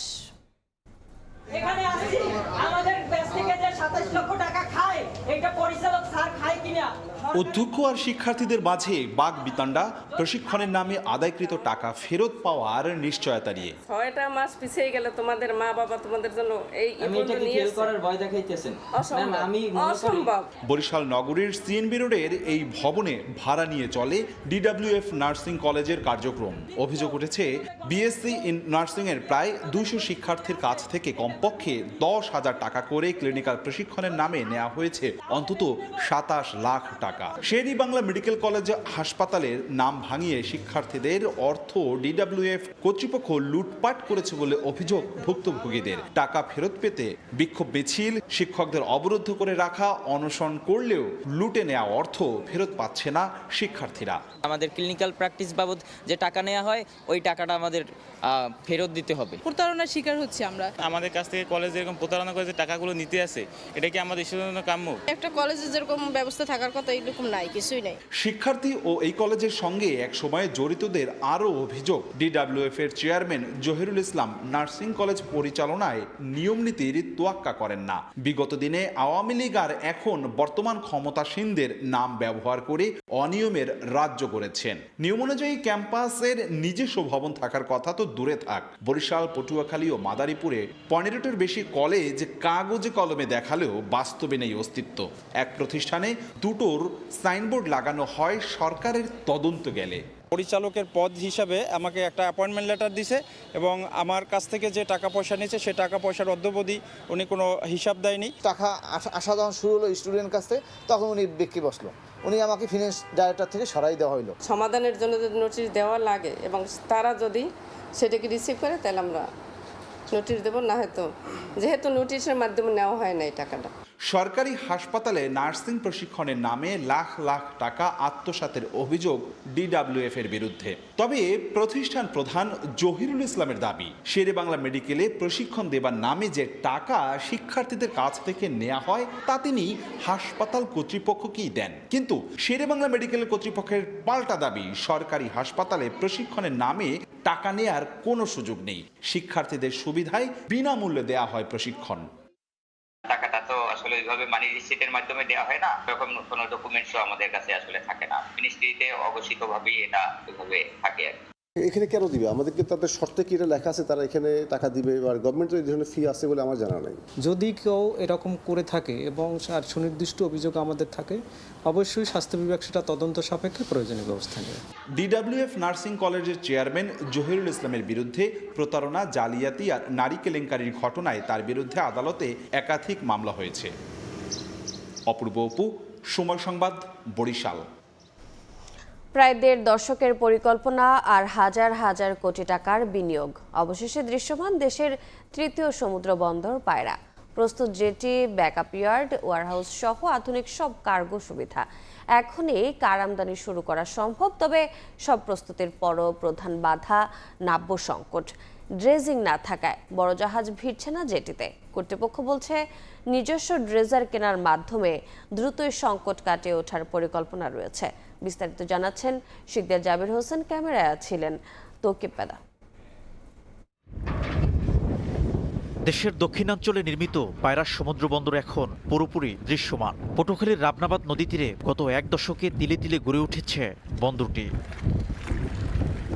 15,000 কোটি টাকা ব্যয়ের বন্দরটি নিয়ে নানা আলোচনা থাকলেও ইতোমধ্যে গড়ে ওঠা বিশাল এই অবকাঠামো থেকে সরে আসার সুযোগ নেই বলছেন সংশ্লিষ্টরা। একই সঙ্গে চট্টগ্রাম বন্দরের উপর একক নির্ভরতা কমাতেও দক্ষিণাঞ্চলের এই বন্দরটি চালু করা জরুরি। তাই এটিকে বর্তমান সরকার কার্যকর করার সিদ্ধান্ত নিয়েছে। পায়রা বন্দরের মাধ্যমে দেশের উন্নয়নের জন্য একটা সূতিকাগার হিসেবে আমরা তৈরি করতে পারি, যাতে দেখা যায় যে আমরা যদি শুধুমাত্র ড্রেজিংয়ের অ্যাপ্রুভালটা যদি সরকার সদয় হয়ে আমাদেরকে দেন, বাকিটুকু পায়রা বন্দরকে এগিয়ে নিয়ে যাওয়ার জন্য আমরা সর্বতোভাবে চেষ্টা করে যাব। কর্তৃপক্ষ জানিয়েছে আমদানি রপ্তানি বাণিজ্যের জন্য প্রয়োজনীয় অবকাঠামো প্রস্তুত। ইতোমধ্যে নির্মিত হয়েছে 650 মিটার বিশাল জেটি, ব্যাকআপ ইয়ার্ড, ওয়্যারহাউস, গুদাম, কারইয়ার্ড, কন্টেইনার ফ্রেইট স্টেশন ও আধুনিক কার্গো হ্যান্ডেলিং সিস্টেম। আন্ধারমানিক নদীর উপর 1180 মিটার দীর্ঘ 4 লেন সেতু ও 6.35 কিলোমিটার 6 লেনের টার্মিনাল সংযোগ সড়কের কাজও শেষ পর্যায়ে। এখনই শুরু করা যাবে কার আমদানি। আর সেতু ও সংযোগ সড়ক চালু হলে চলতি বছরের ডিসেম্বর অথবা আগামী বছরের জানুয়ারিতে কন্টেইনার ও বাল্ক হ্যান্ডেলিং সহ পূর্ণাঙ্গ কার্যক্রম শুরু হবে। ড্রেজিংটা যখন আমরা শুরু করতে পারবো তার 3-4 মাসের মধ্যে আমরা জাহাজ আনা শুরু করতে পারবো। বিকজ 3-4 মাসের মধ্যে আপনার ধরেন একটা 7 to 8 মিটার একটা ড্রাফট আমরা পেয়ে যাব, তখন জাহাজ আসা শুরু হয়ে যাবে। তবে সব প্রস্তুতির পরও সবচেয়ে বড় বাধা নাব্য সংকট। 2022 সালে ক্যাপিটাল ড্রেজিং হলেও নিয়মিত মেইনটেন্যান্স ড্রেজিং না থাকায় নদীর গভীরতা কমে গেছে। বর্তমানে 6.5 মিটার গভীরতায় বড় জাহাজ সরাসরি জেটিতে ভেড়ানো সম্ভব নয়। এতে কমে গেছে বন্দরের আয় বাণিজ্য। তাই আবারও ড্রেজিং জরুরি হয়ে পড়েছে। কর্তৃপক্ষ জানিয়েছে নাব্য রক্ষায় 2টি নিজস্ব হপার ড্রেজার কেনা ও 2 বছরের মেইনটেন্যান্স ড্রেজিংয়ের জন্য প্রায় 4,500 কোটি টাকার একটি প্রকল্প প্রস্তাব অনুমোদনের অপেক্ষায়। এ বিষয়ে গত 22 এপ্রিল জাতীয় সংসদে কথা বলেছেন নৌ পরিবহন মন্ত্রী। তিনি জানান, প্রকল্পটি অনুমোদন পেলে চ্যানেল দিয়ে 220 মিটার দৈর্ঘ্য এবং 10.5 মিটার ড্রাফটের জাহাজ পরিচালনা সম্ভব হবে। বর্তমানে দেশে প্রায় 96% সামুদ্রিক বাণিজ্য চট্টগ্রাম বন্দর দিয়ে পরিচালিত হয়। তাই জরুরি পরিস্থিতিতে বিকল্প কৌশলগত সুবিধা নিশ্চিত এবং বর্ধিত বৈদেশিক বাণিজ্যের চাপ সামাল দিতে পায়রা বন্দরের উন্নয়ন এখন জরুরি বলে মনে করছেন সংশ্লিষ্টরা। শিকদার জাবির হোসেন, সময় সংবাদ, পটুয়াখালী। নেত্রকোনার হাওর অঞ্চলে বোরো ধান কাটার ব্যস্ততা চলছে, তবে হাওর থেকে পানি নেমে যাওয়ায় দেশীয় মাছের সরবরাহ কিছুটা বেড়েছে। এর প্রভাব পড়েনি স্থানীয় বাজারে। সবজি ও মাছের দাম এখনও চড়া। এ বিষয়ে বিস্তারিত জানাতে যুক্ত হচ্ছেন সহকর্মী আলপনা বেগম। চলে যাচ্ছি তার কাছে। আলপনা, রয়েছি নেত্রকোনা জেলার যে জয়ের বাজার, মাছের সবচেয়ে বড় বাজার, মাছের আড়ত বলা হয় যেটিকে। সেখানে দেখা গিয়েছে যে মাছের সরবরাহ বাড়লেও যে দাম রয়েছে সেই মাছের দাম কিন্তু কমেনি। দেশীয় মাছ বেড়েছে, বিভিন্ন পুকুরের চাষের মাছের পাশাপাশি দেশীয় মাছও উঠতে শুরু করেছে, কিন্তু সেই তুলনায় দাম রয়েছে অনেক বেশি, আকাশ ছোঁয়া দাম। যে পুকুরে যেগুলো চাষের মাছ সেগুলোতেও দাম রয়েছে, আর পাশাপাশি যে এই হাওর এলাকার এবং যে মাছের বাজার রয়েছে, হাওর এলাকার যে এই হাওরের বিভিন্ন নদী এর মাছ এবং বিলের মাছ রয়েছে সেগুলো উঠতে শুরু করেছে, অনেক বেশি বেড়েছে। যেমন আমরা যদি বলি দেশীয় জাতের যে মাছটা যে পাওয়া যায় সেটি হচ্ছে এটিকে স্থানীয়ভাবে বাইম মাছ বলে, সেই বাইম মাছও উঠেছে, কিন্তু মাছের দাম 800 টাকা কেজি। আর যে মগরা নদীর যে অন্যান্য মাছগুলো রয়েছে, ছোট মাছ যেগুলোকে বলে, সেগুলোর দামও 500 টাকা কেজি। এবং এই বোয়াল মাছ এখনও পরিপূর্ণ হয়নি, তারপরেও সেগুলো 800 টাকা কেজি দরে এই বিক্রি করছেন। এছাড়া যে পাশাপাশি তারা বেশি করে যেগুলো পাওয়া গেছে সেগুলো হচ্ছে চাষের বিভিন্ন পুকুরের বা চাষ করে আনা মাছ।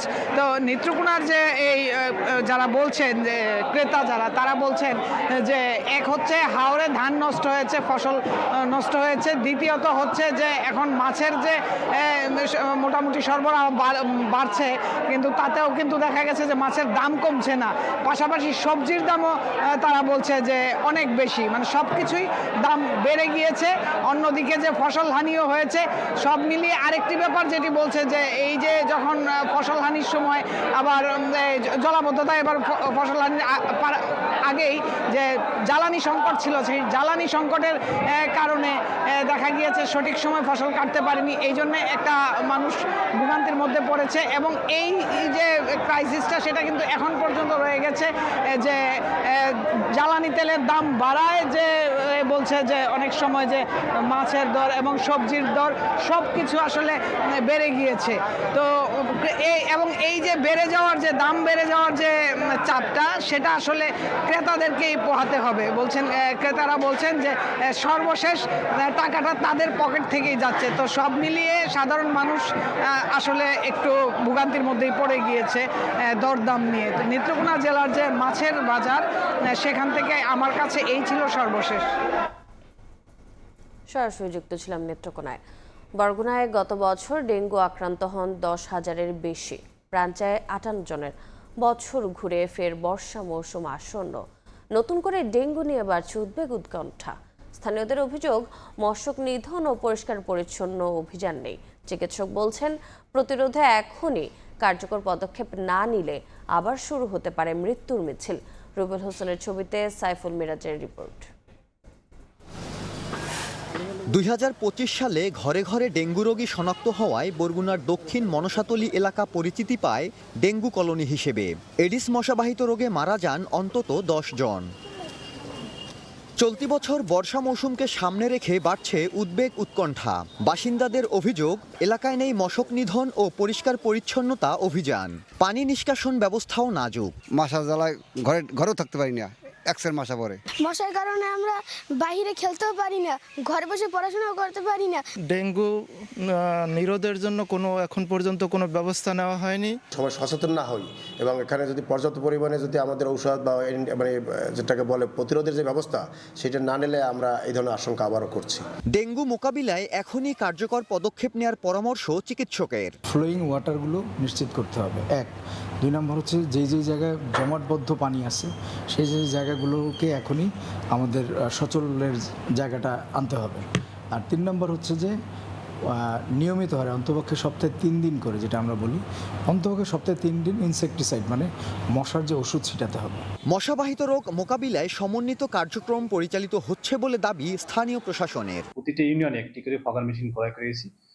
এর বাইরেও বরগুনা পৌরসভা কিন্তু প্রতিনিয়তই আমরা পরিষ্কার পরিচ্ছন্নতা কার্যক্রম অভিযান পরিচালনা করেছি। গত বছর বরগুনায় ডেঙ্গুতে আক্রান্ত হন 10,000-এর বেশি মানুষ। সেতু প্রকল্পে সংযোগ সড়কের কথা থাকলেও তা নির্মাণ না করে বিল তুলে নেওয়ার অভিযোগ উঠেছে ঠিকাদার আওয়ামী লীগের সাবেক সংসদ সদস্য সমর রেজাউল করিমের ভাই শাহিনের বিরুদ্ধে।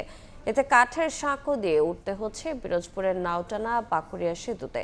ভোগান্তিতে 20টি গ্রামের কয়েক হাজার মানুষ। প্রকল্পের অসমাপ্ত কাজ দ্রুত বাস্তবায়নের চেষ্টা চলছে বলে জানিয়েছে উপজেলা প্রশাসন।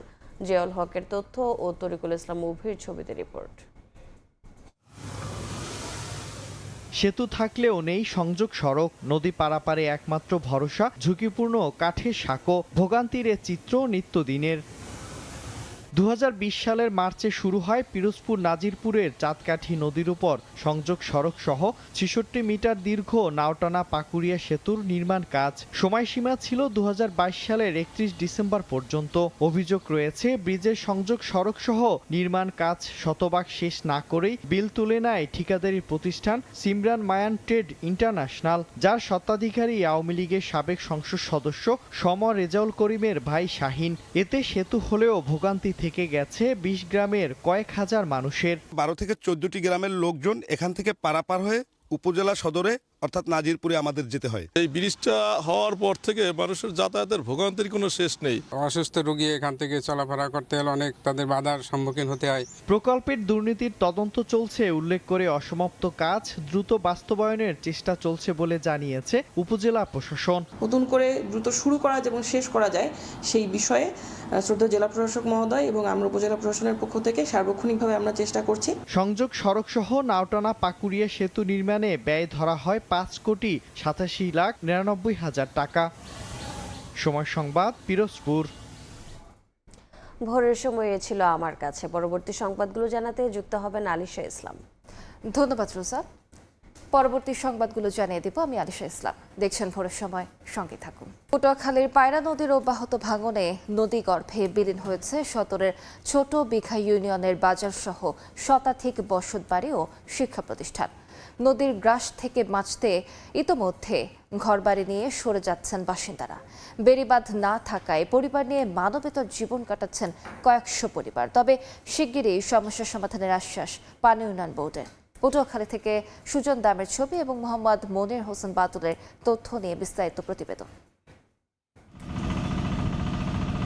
পায়রা নদীর নন্দীপাড়া থেকে ফুলতলা পর্যন্ত প্রায় 7 কিলোমিটার অংশ গত 25 বছরে ভাঙনে পুরোপুরি বিলীন হয়েছে সদর উপজেলার ছোট বিঘা ইউনিয়নের ভাজনা গ্রাম। আংশিক বিলীন ফুলতলা, পূর্ব মাটিভাঙা, তুষখালী ও নন্দীপাড়া। নদীগর্ভে চলে গেছে প্রায় 15টি মসজিদ, 5টি মন্দির, 3টি প্রাথমিক বিদ্যালয়।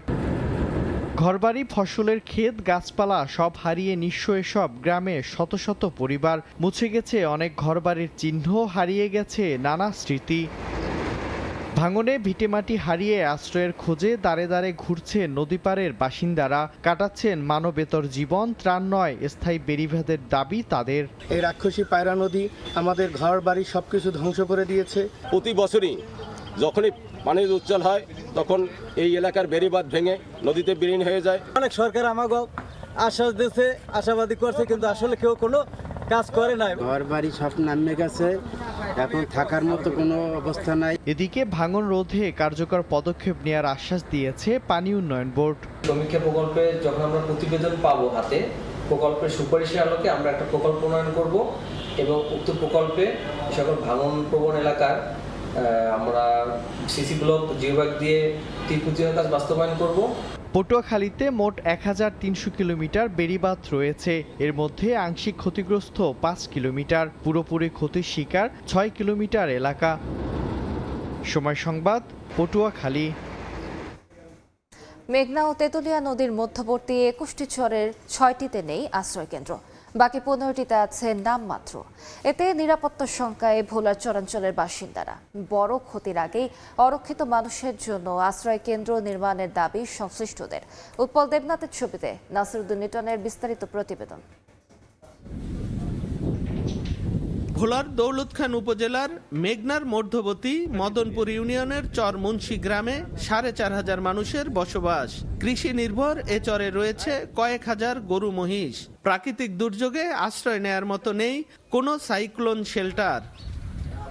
সাগরকুলের ঢালচর, পূর্ব ঢালচর, মেঘনার মধ্যবর্তী চর লাদেন, চর লক্ষ্মী, হাজিপুর, চর শামসুদ্দিন, কাজির চর, চর সুলতানি, তেতুলিয়ার মধ্যবর্তী চর কচুয়াখালীতে নেই কোনো আশ্রয় কেন্দ্র। এসব চরের বসতির সংখ্যা 50,000-এর বেশি। প্রয়োজনীয় আশ্রয় কেন্দ্রের অভাবে মেঘনা তেতুলিয়ার মধ্যবর্তী 21টি চরের বাসিন্দাদের অর্ধেকের বেশি দুর্যোগে অনিরাপদ। বড় ধরনের ক্ষয়ক্ষতির আগেই সবাইকে নিরাপদ আশ্রয়ে আনার দাবি ঝুঁকিতে থাকা মানুষের। মেঘনা যখন পানি বাড়ে সব তলে যায় স্যার, কিন্তু আমরা মনে করি যে ওই টাইমে আমরা কোথায় যাবো আর কার কাছে যা থাকবো, উপর দিকে তাকে দেখে আল্লাহকে, আর নিচে পাতলা থাকে স্যার পানি। জ্বর তুফান ছাড়লে আল্লাহরে বলাইতে বলাইতে বলাইতে বলাইতে আত্মায় সুতায় শুকিয়ে যায়। পানি কাজে বান বাতাস তুফানে হইলে আমার ঘর দুয়ার অনেক ক্ষয়ক্ষতি হয়ে যায়। এই যে বর্ষা মৌসুম আসলে যে একটা জলোচ্ছ্বাস বা একটা বড় একটা ঝড় ঝঞ্ঝা হয়, সাইক্লোন শেল্টার পড়তে এমন কোনো কিছু নাই। ঝুঁকিপূর্ণ বাসিন্দাদের আশ্রয় কেন্দ্রের আওতায় আনতে প্রকল্প নেয়ার কথা জানিয়েছেন জেলা প্রশাসক। চরাঞ্চলগুলিতে সাইক্লোন শেল্টার নাই, সেগুলোতে আমরা অগ্রাধিকার ভিত্তিতে আমরা পত্র দিব যে যাতে করে ওই অঞ্চলগুলোতে সাইক্লোন শেল্টার নির্মাণ করা হয়। জেলার 7 উপজেলার প্রায় 20 লাখ মানুষের জন্য 919টি আশ্রয় কেন্দ্র রয়েছে।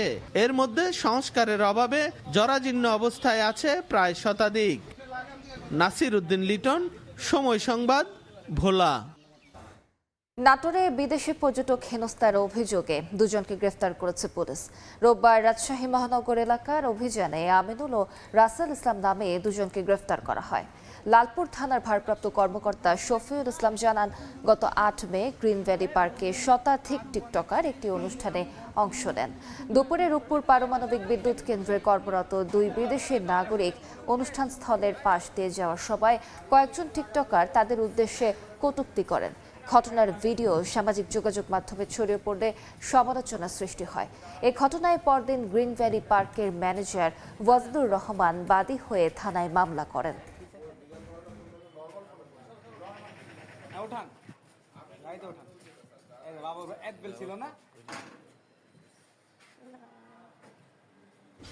গাইবান্ধায় অনির্দিষ্টকালের জন্য কলম বিরতির ডাক দিয়েছে সদর সাব রেজিস্ট্রি অফিসের দলিল লেখক সমিতি। রোববার দুপুরে এ ঘোষণা দেন সমিতির সাধারণ সম্পাদক মোস্তাফিজুর রহমান মল্লিক। তার অভিযোগ, শহরের একটি চক্র সমিতির কাছে চাঁদা দাবি করছে। চাঁদাবাজদের গ্রেফতার না করা পর্যন্ত দলিল নিবন্ধন কার্যক্রম বন্ধ রাখার হুঁশিয়ারি দেন তারা।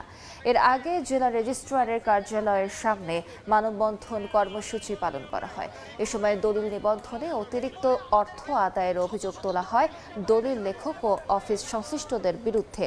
তবে অভিযোগ অস্বীকার করে মোস্তাফিজুর রহমান দাবি করেন, চাঁদার দাবি পূরণ না হওয়ায় একটি পক্ষ উদ্দেশ্য প্রণোদিতভাবে দলিল লেখকদের বিরুদ্ধে অপপ্রচার চালাচ্ছে।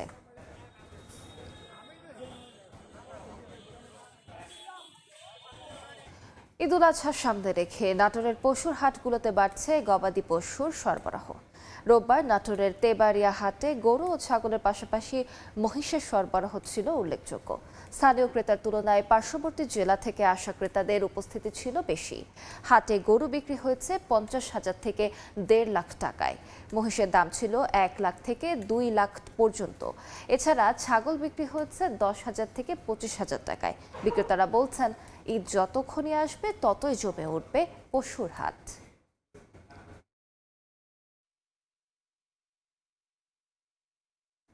নওগাঁয় অপরিপক্ক আম বাজারজাতকরণ ঠেকাতে আম সংগ্রহের সময়সূচি বা আম নামানো ক্যালেন্ডার ঘোষণা করেছে জেলা প্রশাসন।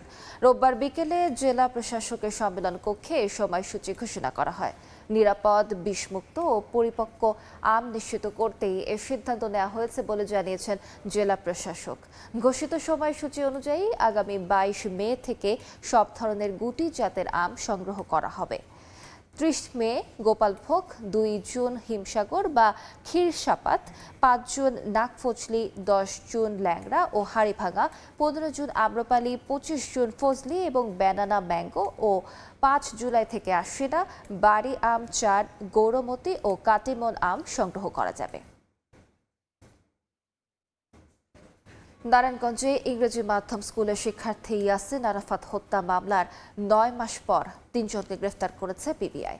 2025 সালের 11 অগস্ট মায়ের জন্য ওষুধ কিনতে বের হয়ে নিখোঁজ হয় 17 বছর বয়সী ইয়াসিন আরাফাত। 2 দিন পর সিদ্ধিরগঞ্জের ডিএনডি লেক থেকে তার মরদেহ উদ্ধার করে পুলিশ। তদন্তের দায়িত্ব পেয়ে দীর্ঘ অনুসন্ধানের পর পিবিআই রাজধানীর ডেমরা থেকে মূল আসামি আজিম হোসাইনকে গ্রেফতার করে। পরে তার দেয়া তথ্যের ভিত্তিতে গ্রেফতার করা হয় বন্ধু ফয়সাল ও স্ত্রী নুসরাত জাহান মিমকে। সংবাদ সম্মেলনে পিবিআই জানায়, মূল আসামি আদালতে স্বীকারোক্তিমূলক জবানবন্দি দিয়েছেন। অপর 2 আসামিকে রিমান্ডে নিয়ে জিজ্ঞাসাবাদ চলছে।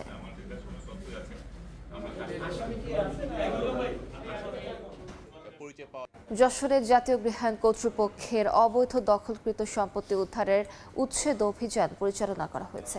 রোববার সকাল 9টা থেকে শহরের উপশহর গাবতলা মোড়, বি ব্লক ও উপশহর ইউনিয়ন পরিষদ এলাকায় এ অভিযান শুরু হয়। 2 দিনব্যাপী অভিযানের প্রথম দিনে 26টি অবৈধ স্থাপনা উচ্ছেদ করা হয় এবং প্রায় 5 একর সরকারি জমি উদ্ধার করা হয়, যার আনুমানিক বাজার মূল্য প্রায় 50 কোটি টাকা।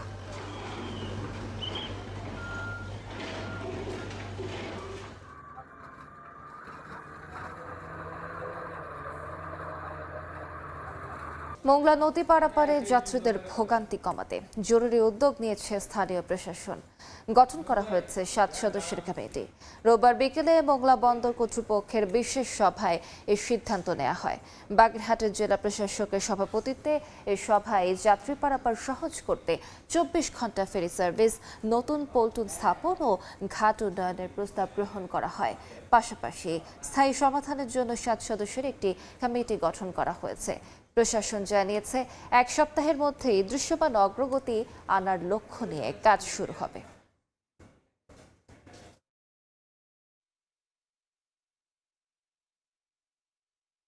শপথ গ্রহণের পর প্রথমবার নতুন মন্ত্রিসভার বৈঠকে বসতে যাচ্ছেন পশ্চিমবঙ্গের মুখ্যমন্ত্রী শুভেন্দু অধিকারী।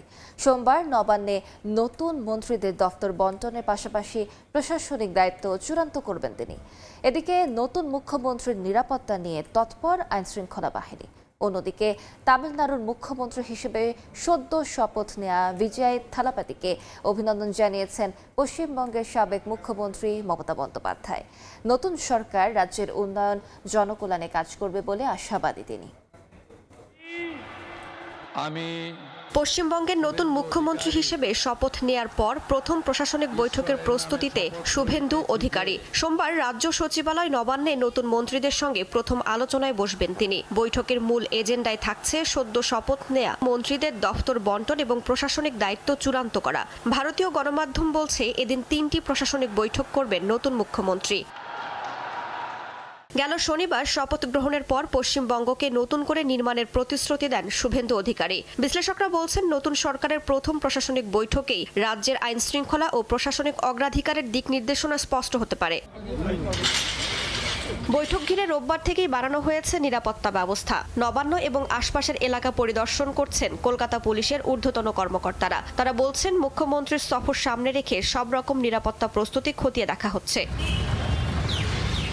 এদিকে শুভেন্দু অধিকারীর ব্যক্তিগত সহকারী চন্দ্রনাথ রথ হত্যাকাণ্ডের সঙ্গে জড়িত সন্দেহে 3 জনকে আটক করেছে পুলিশ। আইন শৃঙ্খলা বাহিনী জানায় হত্যাকাণ্ডে ব্যবহৃত নিশান কোম্পানির গাড়িটি আনা হয়েছিল ঝাড়খণ্ড থেকে। ঘাতকদের সন্ধানে এরই মধ্যে উত্তরপ্রদেশে পৌঁছেছে পুলিশের একটি দল।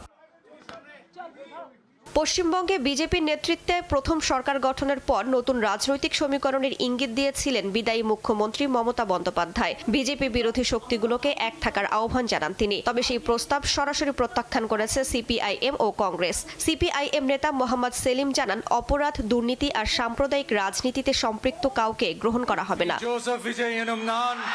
এদিকে রোববার তামিলনাড়ুর মুখ্যমন্ত্রী হিসেবে শপথ নেন বিজয় থালাপতি। শপথের পর থেকেই শুভেচ্ছায় সিক্ত হচ্ছেন বড় পর্দার এই নায়ক। তাকে অভিনন্দন জানিয়েছেন পশ্চিমবঙ্গের সাবেক মুখ্যমন্ত্রী মমতা বন্দ্যোপাধ্যায়ও। রাজ্যের উন্নয়ন, জনকল্যাণ ও অন্তর্ভুক্তিমূলক অগ্রগতির লক্ষ্যে সরকারে আসা নতুন মুখ থালাপতি রাজ্যবাসীর মন জয় করবেন বলে আশায় অনেকে। রাইসা জান্নাত, সময় সংবাদ। মধ্যপ্রাচ্যে চলমান যুদ্ধ অবসানে যুক্তরাষ্ট্রের দেয়া প্রস্তাবের আনুষ্ঠানিক জবাব দিয়েছে ইরান। তবে তেহরানের এই জবাবকে অগ্রহণযোগ্য বলে মন্তব্য করেছেন মার্কিন প্রেসিডেন্ট ডোনাল্ড ট্রাম্প। সেই সঙ্গে ইরানের সমৃদ্ধ ইউরেনিয়ামের কাছে কেউ যাওয়ার চেষ্টা করলে উড়িয়ে দেওয়া হবে বলেও সতর্ক করেছেন তিনি। এদিকে ইরানের তেল ট্যাঙ্কার ও বাণিজ্যিক জাহাজে হামলা হলে মধ্যপ্রাচ্যে মার্কিন ঘাঁটি ও জাহাজে পাল্টা আক্রমণের হুঁশিয়ারি দিয়েছে আইআরজিসি। স্থানীয় সময় রোববার শান্তি চুক্তির জন্য যুক্তরাষ্ট্রের দেয়া সর্বশেষ প্রস্তাবের আনুষ্ঠানিক জবাব দেয় ইরান। পাকিস্তানের মধ্যস্থতাকারীদের কাছে এর লিখিত জবাব দেয়া হয়। ইরানের রাষ্ট্রায়ত্ত বার্তা সংস্থা ইরনা জানায় প্রস্তাবিত পরিকল্পনা অনুযায়ী আলোচনার প্রথম ধাপে যুদ্ধ পরিস্থিতি ও শত্রুতার অবসানের ওপর গুরুত্ব আরোপের কথা বলেছে তেহরান। এদিকে ইরানের যুদ্ধবিরতির জবাবকে সম্পূর্ণ অগ্রহণযোগ্য বলে মন্তব্য করেছেন মার্কিন প্রেসিডেন্ট ডোনাল্ড ট্রাম্প। তেহরানের প্রতিক্রিয়া পাওয়ার পরই সামাজিক যোগাযোগ মাধ্যমে ক্ষোভ প্রকাশ করেন তিনি। ইরানকে ঘিরে আবারও কঠোর হুঁশিয়ারি দেন মার্কিন প্রেসিডেন্ট। রোববার প্রচারিত এক টেলিভিশন সাক্ষাৎকারে ট্রাম্প বলেন, ইরানের উচ্চমাত্রায় সমৃদ্ধ ইউরেনিয়াম এখনও দেশটির পারমাণবিক স্থাপনার ধ্বংসস্তূপের নিচে থাকতে পারে, তবে সেটি নিয়ে উদ্বিগ্ন নয় যুক্তরাষ্ট্র। ট্রাম্প আরও বলেন, পুরো বিষয়টি মার্কিন সামরিক বাহিনীর নজরদারিতে রয়েছে। ইউরেনিয়ামের কাছে কেউ যাওয়ার চেষ্টা করলে তাকে উড়িয়ে দেওয়া হবে বলেও সতর্ক করেন তিনি।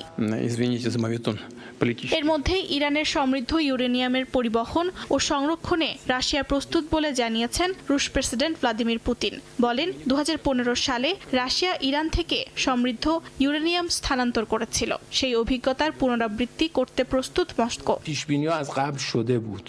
এদিকে যুক্তরাষ্ট্রের হুমকির জেরে পাল্টা আক্রমণের হুঁশিয়ারি দিয়েছে ইরানের ইসলামী বিপ্লবী গার্ড বাহিনী। ইরানের তেল ট্যাঙ্কার ও বাণিজ্যিক জাহাজে কোনো হামলা হবে বলে জবাবে মধ্যপ্রাচ্যে মার্কিন ঘাঁটি ও জাহাজে আক্রমণ চালানো হবে বলে জানিয়েছে আইআরজিসি।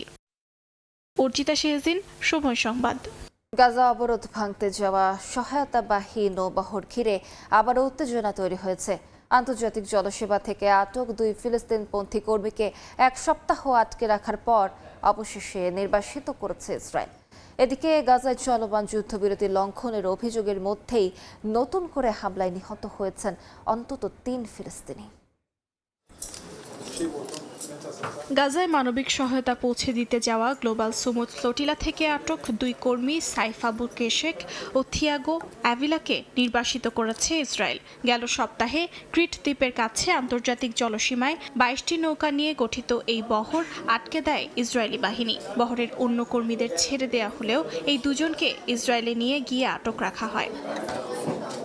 ইসরায়েলের দাবি ছিল সাইফ আবু কেশেকের সন্ত্রাসী গোষ্ঠীর সঙ্গে যোগাযোগ রয়েছে এবং ব্রাজিলীয় কর্মী থিয়াগো অ্যাভিলা অবৈধ কর্মকাণ্ডে জড়িত ছিলেন। তবে এই অভিযোগ অস্বীকার করেন তারা। অধিকার সংগঠন আদালা বলছে তাদের আটক ও ইসরায়েলে নিয়ে যাওয়া আন্তর্জাতিক আইনের লঙ্ঘন। আটক অবস্থায় তাদের মানসিক নির্যাতন, দীর্ঘ জিজ্ঞাসাবাদের অভিযোগও তুলেছে সংগঠনটি। এদিকে গাজায় যুদ্ধবিরতি কার্যকর থাকলেও উপত্যকাটিতে অব্যাহত রয়েছে ইসরায়েলি বর্বরতা। রোববার গাজার খান ইউনিস ও মাগাজি শরণার্থী শিবিরে হামলা চালায় ইসরায়েলি সেনারা। এতে নিহত হয়েছেন কয়েকজন। স্থানীয় সূত্র বলছে হামলাগুলো এমন এলাকায় হয়েছে যা যুদ্ধবিরতি চুক্তি অনুযায়ী ইসরায়েলি সেনা মোতায়েনের বাইরে থাকার কথা। গাজার স্বাস্থ্য মন্ত্রণালয়ের তথ্য, যুদ্ধবিরতি কার্যকরের পর থেকেও ইসরায়েলি হামলায় প্রায় 850 ফিলিস্তিনি নিহত এবং 2400-র বেশি আহত হয়েছেন। অর্জিতা শেহজিন, সময় সংবাদ। নিজ দলের চাপের মুখে ব্রিটিশ প্রধানমন্ত্রী কিয়ার স্টারমার স্থানীয় সরকার নির্বাচনে লেবার পার্টির ভরাডুবি তার নেতৃত্ব নিয়ে প্রশ্ন তুলেছে। এরই মধ্যে তাকে পদত্যাগেরও আহ্বান জানিয়েছেন বেশ কয়েকজন পার্লামেন্ট সদস্য। পরিস্থিতি আরও জটিল হয়েছে লেবার এমপি ক্যাথরিন ওয়েস্টের হুমকিতে। নিজ দলের ভেতরেই তীব্র নেতৃত্ব সংকটে পড়েছেন ব্রিটিশ প্রধানমন্ত্রী কিয়ার স্টারমার। স্থানীয় সরকার নির্বাচনে লেবার পার্টির ভরাডুবির কারণে দলের ভেতর ব্রিটিশ প্রধানমন্ত্রীর নেতৃত্ব নিয়ে প্রশ্ন উঠেছে। এরই মধ্যে স্টারমারকে পদত্যাগের রূপরেখা ঘোষণা করতে আহ্বান জানিয়েছেন ক্ষমতাসীন লেবার পার্টির কয়েকজন এমপি। দলের কোনো সিনিয়র মন্ত্রী স্টারমারের নেতৃত্বে চ্যালেঞ্জ না করলে লেবার এমপি ক্যাথরিন ওয়েস্ট নিজেই তার বিরুদ্ধে চ্যালেঞ্জ করার হুমকি দিয়েছেন। লেবার পার্টির নিয়ম অনুযায়ী নেতৃত্বে চ্যালেঞ্জ আনতে হলে দলটির অন্তত 20% এমপির সমর্থন প্রয়োজন। ক্যাথরিন ওয়েস্ট দাবি করেন তার পাশে বর্তমানে 10 জন পার্লামেন্ট সদস্য রয়েছেন। ফলে তাৎক্ষণিকভাবে স্টারমারের জন্য বড় হুমকি তৈরি না হলেও এটি দলের অভ্যন্তরীণ অসন্তোষকে প্রকাশ্যে নিয়ে আসছে। তবে মন্ত্রিপরিষদ দপ্তরের মন্ত্রী নিক টমাস সাইমন্স এ প্রস্তাবের ব্যাপারে সতর্ক করেছেন। বলেন, কোনো দল সরকারের থেকে বারবার নেতা পরিবর্তন করলে শুধু অস্থিতিশীলতা বাড়ে এবং সরকারের কাজে ব্যাঘাত ঘটে। বিশ্লেষকরা বলছেন এই পরিকল্পনা যদি ব্যর্থ হয় এবং লেবার এমপিরা কিয়ার স্টারমারের পক্ষে দৃঢ়ভাবে দাঁড়ান তাহলে তার নেতৃত্ব আরও শক্তপোক্ত হয়ে যেতে পারে। সব চাপের মধ্যেও পথ থেকে সরে যাওয়ার ইঙ্গিত দিচ্ছেন না স্টারমার। তিনি জানিয়েছেন পরবর্তী নির্বাচনেও দলকে নেতৃত্ব দিতে প্রস্তুত আছেন এবং দ্বিতীয় মেয়াদেও প্রধানমন্ত্রী থাকতে চান। নিজের রাজনৈতিক অবস্থান ও মূল্যবোধ নতুন করে তুলে ধরতে বড় ভাষণের প্রস্তুতি নিচ্ছেন তিনি। বরকতুল্লাহ, সময় সংবাদ। বিক্ষোভে উত্তাল বিশ্বের বিভিন্ন দেশ। যুক্তরাজ্যের লন্ডনে ইহুদি বিদ্বেষের বিরুদ্ধে সমাবেশে অংশ নেন 5000 মানুষ। সার্বিয়ায় প্রেসিডেন্টের পদত্যাগ এবং আগাম নির্বাচনের দাবিতে বিক্ষোভ করেন কয়েক হাজার শিক্ষার্থী। ইসরায়েলে সরকার বিরোধী বিক্ষোভ হয়েছে। এদিকে পাকিস্তানের করাচিতে নারী অধিকার নিয়ে বিক্ষোভে অংশ নেন শত শত নারী ও মানবাধিকার কর্মী। রোববার যুক্তরাজ্যের রাজধানী লন্ডনে ইহুদিদের নিরাপদ ও স্বাধীনভাবে ধর্মীয় পরিচয় প্রকাশের অধিকার নিশ্চিতের দাবিতে সমাবেশ করেন হাজার হাজার মানুষ। এ সময় শুধু কথা নয়, কার্যকর পদক্ষেপ চাই স্লোগান দেন বিক্ষোভকারীদের একাংশ।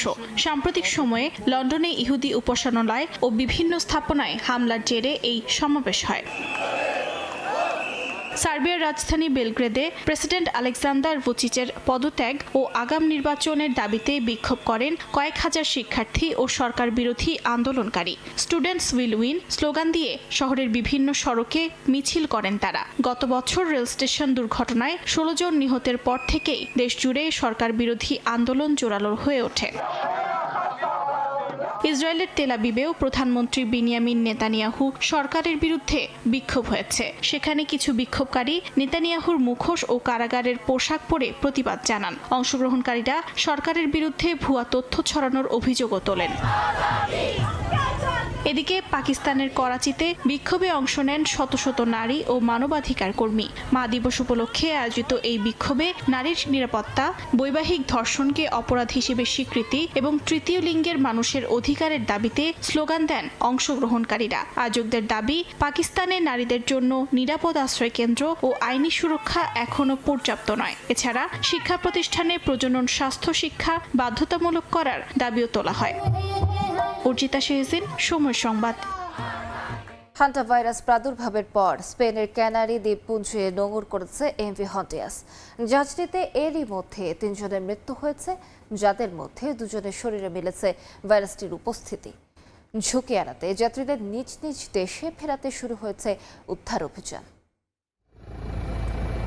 হান্টা ভাইরাস সংক্রমণের শঙ্কায় আক্রান্ত প্রমোত্তরী এমভি হন্টিয়াস জাহাজটি স্পেনের ক্যানারি দ্বীপপুঞ্জের টেনেরিফে পৌঁছানোর পর ভ্রমণকারী যাত্রীদের ধাপে ধাপে নিজ নিজ দেশে ফেরাতে চলছে বিশেষ অভিযান। প্রথম দফায় স্প্যানিশ নাগরিকদের মাদ্রিদে নেওয়া হয়, পরে ফরাসি ও ব্রিটিশ যাত্রীদেরও পাঠানো হয় নিজ দেশে। পুরো প্রক্রিয়ায় বিশেষ সুরক্ষা পোশাক পরে কাজ করতে দেখা গেছে স্বাস্থ্যকর্মীদের। প্রায় 1 মাস ধরে সমুদ্রে থাকা জাহাজটিতে এখন পর্যন্ত 3 জনের মৃত্যু হয়েছে। এর মধ্যে 2 জনের শরীরে হান্টা ভাইরাস শনাক্ত হয়েছে বলে নিশ্চিত করা হয়। স্থানীয় সময় রোববার ভোরে জাহাজটি টেনেরিফ উপকূলে পৌঁছানোর পর বড় ধরনের স্বাস্থ্য ও নিরাপত্তা অভিযান শুরু হয়। জাহাজের সব যাত্রীকে স্বাস্থ্য পরীক্ষা করা হয়।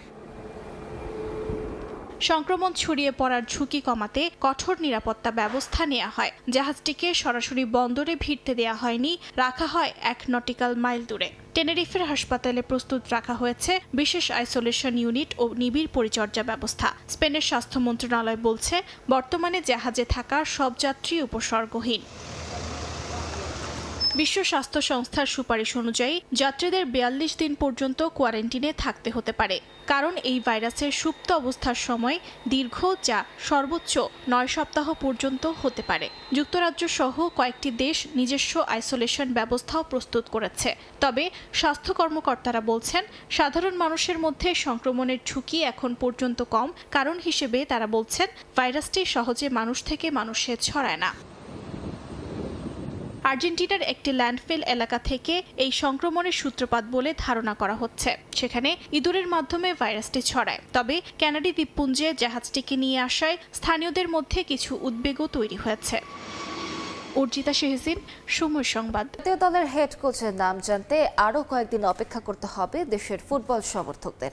আগামী 15 মে কোচের নাম ঘোষণার পাশাপাশি চুক্তিও সেরে ফেলবে বাফুফে। এদিকে 11 জনের শর্ট লিস্ট আরও সংক্ষিপ্ত করেছে জাতীয় দল ব্যবস্থাপনা কমিটি। কোচ নিয়োগে বাজেট নিয়ে কোনো সমস্যা নেই বলে জানান বাফুফে সভাপতি দাবিদ আওয়াল।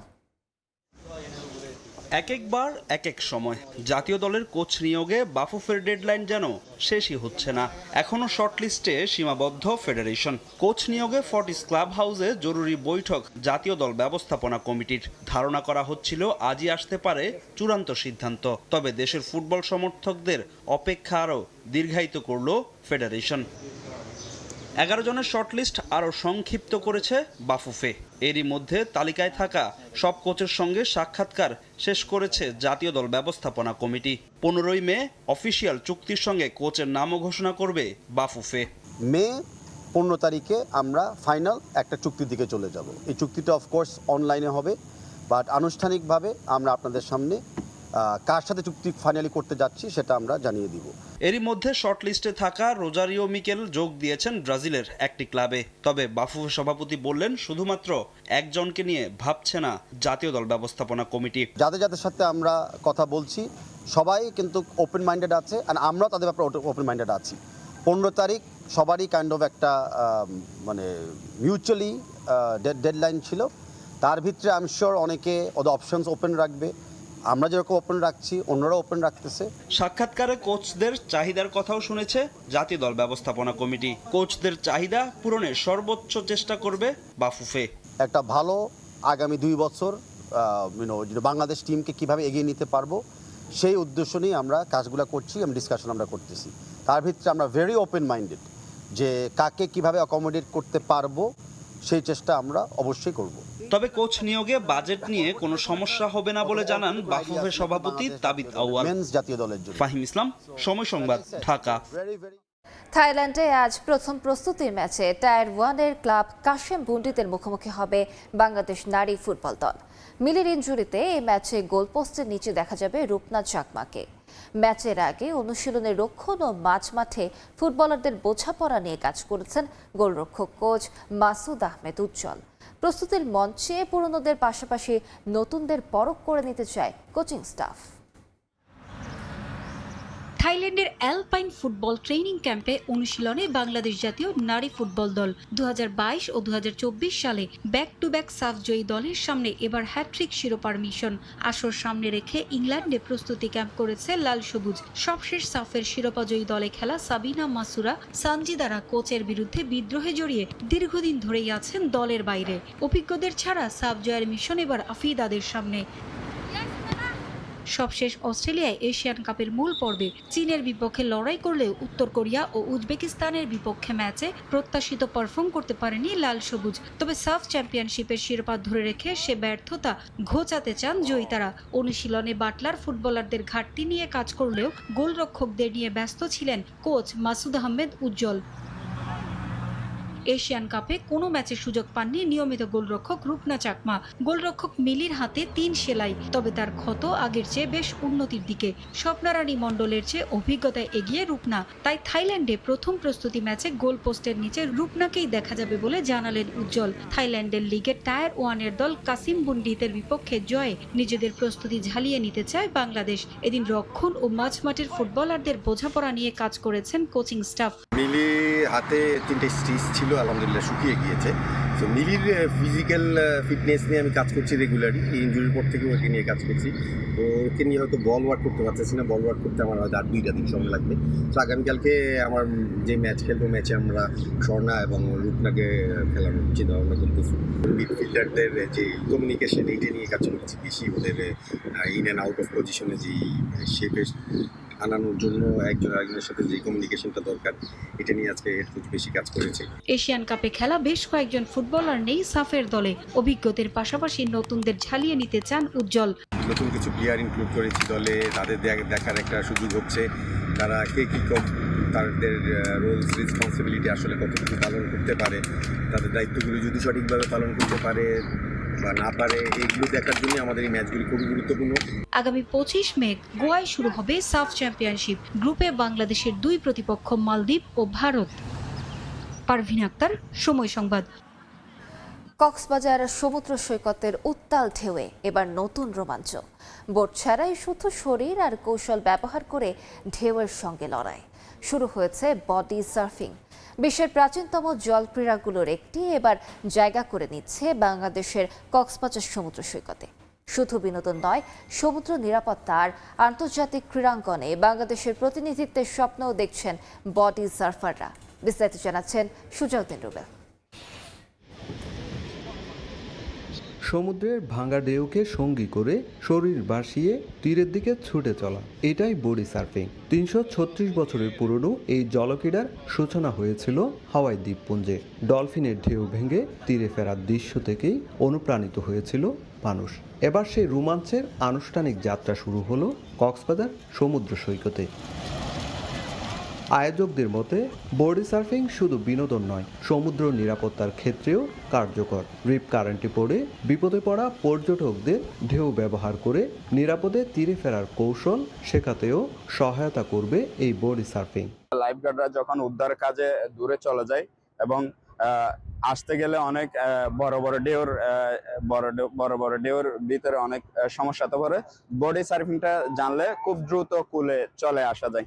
বোট ছাড়াই শরীরের ভারসাম্য আর দক্ষতায় বডি সার্ফিংয়ের মূল শক্তি। আন্তর্জাতিকভাবে ব্যবহৃত ছোট হ্যান্ডপ্ল্যান এখনও দেশে সহজলভ্য না হলেও স্থানীয় সার্ফাররা নিজ উদ্যোগে তৈরি করেছেন সরঞ্জাম। তাদের আশা এই জলক্রীড়া কক্সবাজারের পর্যটনে যোগ করবে নতুন মাত্রা। বডি সার্ফিংটা আমরা সবাই মিলে উদ্বোধন করতেছি, যেন বডি সার্ফিং এর মাধ্যমে মানুষ সমুদ্রমুখী হয়। যারা আগত পর্যটক ব্যবসায়ী যারা এখানে সমুদ্র সৈকতে আসবেন ওনারাও ওই প্রশিক্ষণটা যদি পায় তাহলে ওনারাও নিরাপদে থাকবেন। পর্যটক মনে করেন এখানে অনেকে গোসল করতে আসে এবং পানির স্রোতে পরে গিয়ে দূরে চলে যায়। ঢেউর মাধ্যমে যদি একটু নাড়ে চাড়ে যদি সামনে দেয় তাহলে ঢেউর সাহায্যে একদম কিনারায় চলে আসতে পারবে। রোববার সকালে লাবণী পয়েন্টে আনুষ্ঠানিক উদ্বোধনে অংশ নেন 30 জন বডি সার্ফার। সংশ্লিষ্টদের বিশ্বাস বিশ্বের দীর্ঘতম সমুদ্র সৈকত কক্সবাজার একদিন আন্তর্জাতিক বডি সার্ফিংয়ের গুরুত্বপূর্ণ গন্তব্য হয়ে উঠবে। এটি খুব সহসাই জনপ্রিয় হয়ে উঠবে। এটি অতি দ্রুত একটি কম্পিটিশনও আমরা করতে যাব। যদি আমরা কোনো স্পন্সর পাই আমরা একটি কম্পিটিশনও করতে যাবো এবং অবশ্যই এটি একটি জাতীয় ক্রীড়ার অন্তর্ভুক্তি নেওয়ার দিকে আমরা আগাবো। নতুনদের জন্য প্রতি বৃহস্পতিবার সকাল 9টা থেকে 10টা পর্যন্ত লাবণী পয়েন্টে বিনামূল্যে প্রশিক্ষণের উদ্যোগ নেওয়া হয়েছে। উত্তাল ঢেউর বুক ছিঁড়ে এগিয়ে চলার এই রোমাঞ্চ এখন কক্সবাজারের নতুন পরিচয়, স্বপ্ন। একদিন আন্তর্জাতিক প্রতিযোগিতার ঢেউ উড়বে বাংলাদেশের লাল সবুজের পতাকা। সুজাউদ্দিন রুবেল, সময় সংবাদ, কক্সবাজার। রংপুরে শেষ হলো নতুন কুড়ি প্রতিযোগিতা। এতে অংশ নেয় জেলার বিভিন্ন শিক্ষা প্রতিষ্ঠানের 12 থেকে 14 বছর বয়সী প্রায় 3 শতাধিক শিশু কিশোর। পুরস্কার পেয়ে উচ্ছ্বসিত ক্ষুদে প্রতিযোগীরা। তারেকুল ইসলামের ক্যামেরায় বিস্তারিত রেদওয়ান হিমেদের রিপোর্টে। 8 দিন জুড়ে উৎসবমুখর পরিবেশে চলে নতুন কুড়ি ক্রীড়া প্রতিযোগিতা। ফুটবল, কাবাডি, মার্শাল আর্ট ও ক্রিকেট সহ বিভিন্ন বিভাগে অংশ নেয় ক্ষুদে প্রতিযোগীরা। প্রতিদিনই ছিল শিশুদের প্রাণবন্ত পরিবেশনা আর দর্শকদের উচ্ছ্বাস।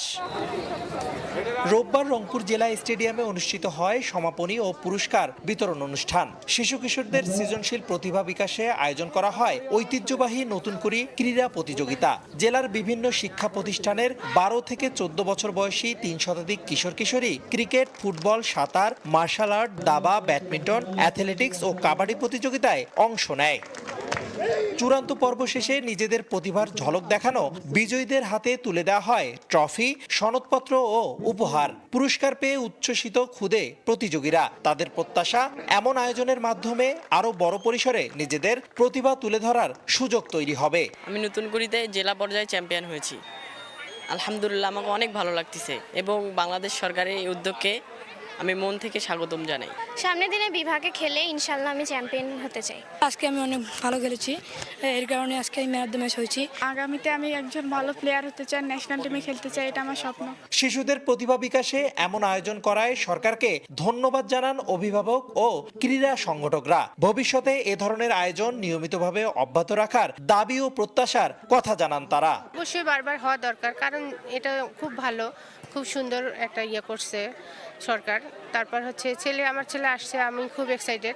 প্রাইমারি সেকশন থেকে আস্তে আস্তে ধীর গতিতে যদি আগাই আসে তাহলে এটা বাচ্চাদের জন্য একটা বিরাট একটা সাফল্য। অ্যাথলেটকে একটা প্রোগ্রামের মধ্যে আনে একটা বার্ষিক টাকা অনুদান দিবে, এইটা অনেক ইম্পর্টেন্ট। যখন একটা বাচ্চা একটা বড় অঙ্কের টাকা পাবে তার সামনের খেলতে আর কোনো বাধা থাকবে না।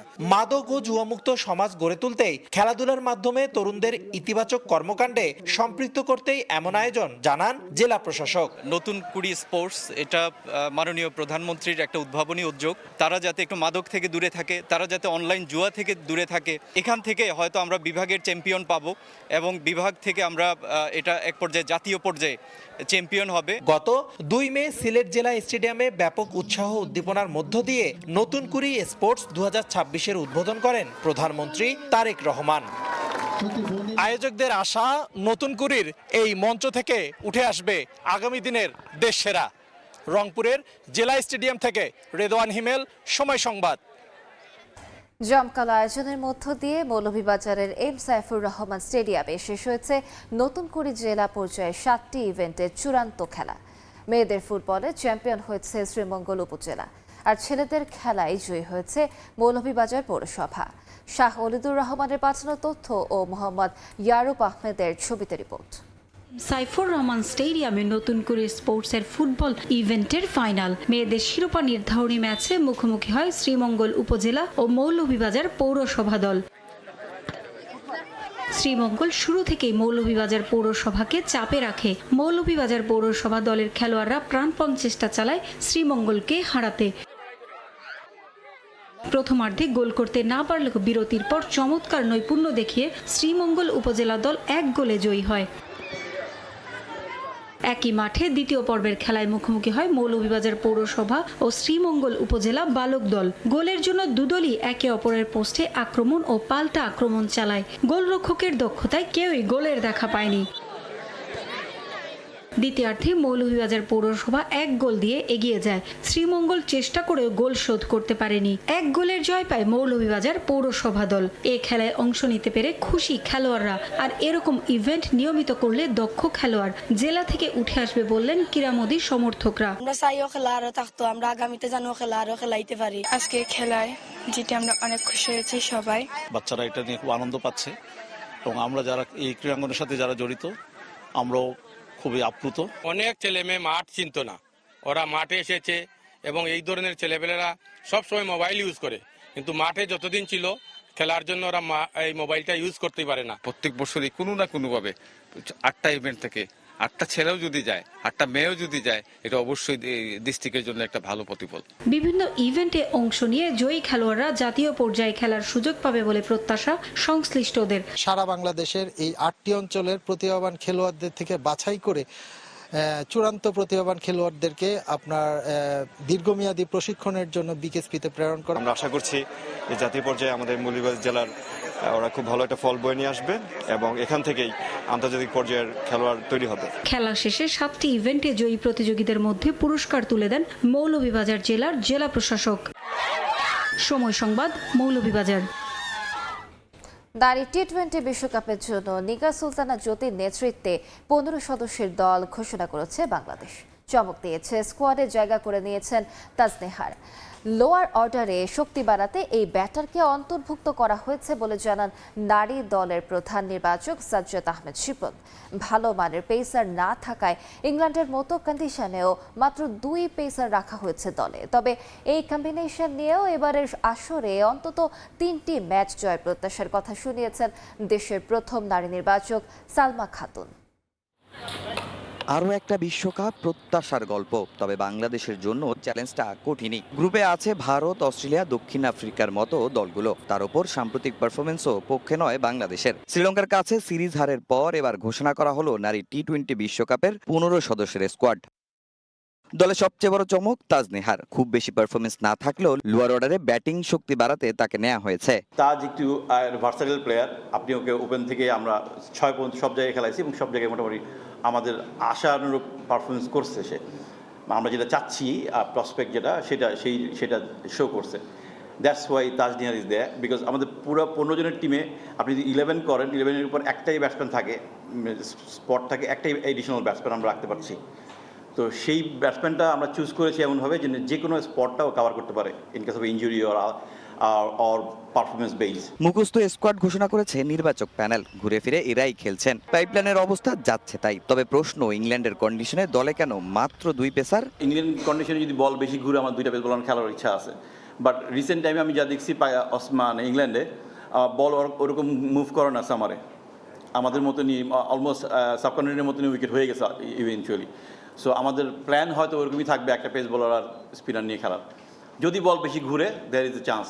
বিশ্বকাপের আগে স্বাগতিক স্কটল্যান্ড ও নেদারল্যান্ডসকে নিয়ে ত্রিদেশীয় সিরিজ খেলবে বাংলাদেশ। 14 জুন নেদারল্যান্ডস ম্যাচ দিয়ে শুরু বিশ্বকাপ মিশন। এবার দলের সঙ্গে নতুন ভূমিকায় সালমা খাতুন। প্রথম নারী নির্বাচক হিসেবে ক্রিকেটারদের পাশে থাকার কথাই জানালেন তিনি। 3টা ম্যাচ যাতে আমরা ভালোভাবে জিততে পারি, মানে আমাদের ওই অ্যাবিলিটি আছে আমাদের টিমের কাছে। আমার কাছে মনে হয় যে ওই অ্যাবিলিটিটা আমার টিমের কাছে, আমি বিশ্বাস করি যে আমাদের মেয়ে জিততে পারবে। 25 মে স্কটল্যান্ড যাবে বাংলাদেশ দল। তার আগে মঙ্গলবার থেকে শুরু হবে কন্ডিশনিং ক্যাম্প। তামিম হোসেন, সময় সংবাদ, ঢাকা। চট্টগ্রামের প্রাণ কর্ণফুলী নদীতে অনুষ্ঠিত হয়েছে সাম্পান খেলা বা সাম্পান বাইচ। কর্ণফুলী ও দেশের নদ নদী রক্ষার 20তম সাম্পান খেলা ও চাটগাঁইয়া সংস্কৃতি মেলার শেষ দিনের অংশ হিসেবে এই সাম্পান বাইচ অনুষ্ঠিত হয়। আশরাফুল আলম মামুনের ক্যামেরায় বিস্তারিত জানাচ্ছেন পার্থপ্রতিম বিশ্বাস। চট্টগ্রামের প্রাণ কর্ণফুলী নদীতে প্রতিবারের মতো এবারও অনুষ্ঠিত হয়েছে সাম্পান খেলা। সাম্পান বাইচ দেখার জন্য নদীর 2 তীর ও নৌযানে নারী পুরুষের ভিড় ছিল চোখে পড়ার মতো। নেচে গেয়ে তারা সাম্পান প্রতিযোগিতায় অংশ নেওয়া মাঝিদের উৎসাহ দেন। কর্ণফুলী ও দেশের নদ নদী রক্ষায় 20তম সাম্পান খেলা ও চাটগাঁইয়া সংস্কৃতি মেলার অংশ হিসেবে অনুষ্ঠিত হয় এই সাম্পান বাইচ। 3 দিনব্যাপী আয়োজনের শেষ দিনে নগরীর উত্তর পাড়ের অবমিত্র ঘাট থেকে দক্ষিণের চর পাথরঘাটা ঘাট পর্যন্ত এই সাম্পান বাইচ অনুষ্ঠিত হয়। 11টি সাম্পান এই প্রতিযোগিতায় অংশ নেয়। 12 বছর এগিয়ে আছে 1 নম্বর তো মঞ্জর মঞ্জুর দ্বিতীয় হয়েছে, এটা অনেক খুশি, খুশির সীমানা নাই। এটা আরো বড় করে আয়োজনটা করলে আরো অনেক সুন্দর আর হয় আর কি। সুশৃঙ্খলভাবে এই সাম্পান ঘাট আজকে হয়েছে। আমরা বিগত 12 বছর বিশৃঙ্খল হয়তো, কিন্তু এবার খুব সুন্দরভাবে হয়েছে। এবছর একটু বেশি ছিল, একটু খুব আনন্দ পাইছি এবছর। ছোটবেলা আমার আমাদের খাদ্য রয়ে এখানে আসছি, ছোটকাল থেকে আসছি। আমাদের এই ধরনের আয়োজনের মাধ্যমে আমাদের নদী দূষণ মুক্ত এবং বিভিন্ন ধরনের পদক্ষেপ নিয়ে থাকে। ছোটোর তুলনায় অনেক সুন্দর হয়েছে এবার, অনেক লোকজন, অনেক মানুষ হয়েছে, অনেক ভালো লাগছে এবার। চট্টগ্রামের অর্থনীতি ও পরিবেশের ওপর কর্ণফুলী নদীর অবদান ব্যাপক। তবে দখল আর দূষণের কবলে পড়ে এখন মৃতপ্রায় দেশের অন্যতম বৃহৎ এই নদ। তাই সবার সম্মিলিত প্রচেষ্টায় এই নদকে রক্ষা করতে সবাইকে এগিয়ে আসার আহ্বান সংশ্লিষ্টদের। লক্ষ লক্ষ মানুষের যে দাবি, আমি আশা করব প্রশাসন সেটা শুনবে, কারণ এই কর্ণফুলী নদীটা হচ্ছে বাংলাদেশের সবচেয়ে বৈচিত্র্যময় একটা নদী। মোট আমদানি রপ্তানির 92% এই কর্ণফুলী নদী দিয়ে হয়ে থাকে। এই সব কারণে এই নদীকে রক্ষা করা দরকার। হাইকোর্ট যে আদেশ দিয়েছেন 2181 অবৈধ স্থাপনা, সেগুলো উচ্ছেদ করে নতুন করে যেগুলি দখল হয়েছে সেগুলো উচ্ছেদ করে কর্ণফুলীকে তার সমমহিমায় রক্ষা করা হোক। সাম্পান বাইচ প্রতিযোগিতায় প্রথম হয়েছে কর্ণফুলী চর পাথরঘাটা বড় সাম্পান সমিতির মোজাম্মল মাঝি। দ্বিতীয় স্থান অধিকার করেছে শিকল বাহার ওহিদিয়ার কাশেম মাঝি। আর তৃতীয় হয়েছেন চর পাথরঘাটার রনি মাঝি। পার্থপ্রতিম বিশ্বাস, সময় সংবাদ, চট্টগ্রাম। এ পর্যায়ে শীর্ষ সংবাদগুলো জানিয়ে দিচ্ছে আরেকবার। পুলিশ কোনো দলের নয়, আর যেন ফ্যাসিবাদী শক্তি ব্যবহার করতে না পারে শপথ নেওয়ার আহ্বান প্রধানমন্ত্রীর। নিরপরাধ কাউকে হয়রানি না করার নির্দেশ। বাংলাদেশ বন্ধুত্ব চাইলেও বারবার সীমান্ত রক্তাক্ত করছে ভারত, বললেন উপদেষ্টা রিজভী। সম্পর্ক উন্নয়নে দিল্লিকে সহিংসতার মনোভাব থেকে বেরিয়ে আসার আহ্বান। হামা উপসর্গে ঝরল আরও 11 শিশুর প্রাণ। জরুরি মজুদ না রেখেই টিকা কেনা বন্ধ রেখেছিল অন্তর্বর্তী সরকার। ইউনিসেফের সতর্কবার্তা এড়ানোয় ভয়াবহতা বেড়েছে। প্রধানমন্ত্রীর উদ্যোগে প্রাণ ফিরে পাচ্ছে বরিশালের মৃতপ্রায় খাল। স্বাভাবিক হচ্ছে পানির প্রবাহ, কৃষিতে ইতিবাচক প্রভাব। বর্ষায় জলাবদ্ধতা কমার আশায় চাষি। এবং বাজেট সামনে রেখে রাজস্ব আদায়ের বড় লক্ষ্যমাত্রা এনবিআর। বিনিয়োগের স্বস্তিদায়ক পরিবেশ নিয়ে শঙ্কায় উদ্যোক্তারা। কাঠামোগত সংস্কারের পরামর্শ অর্থনীতিবিদদের।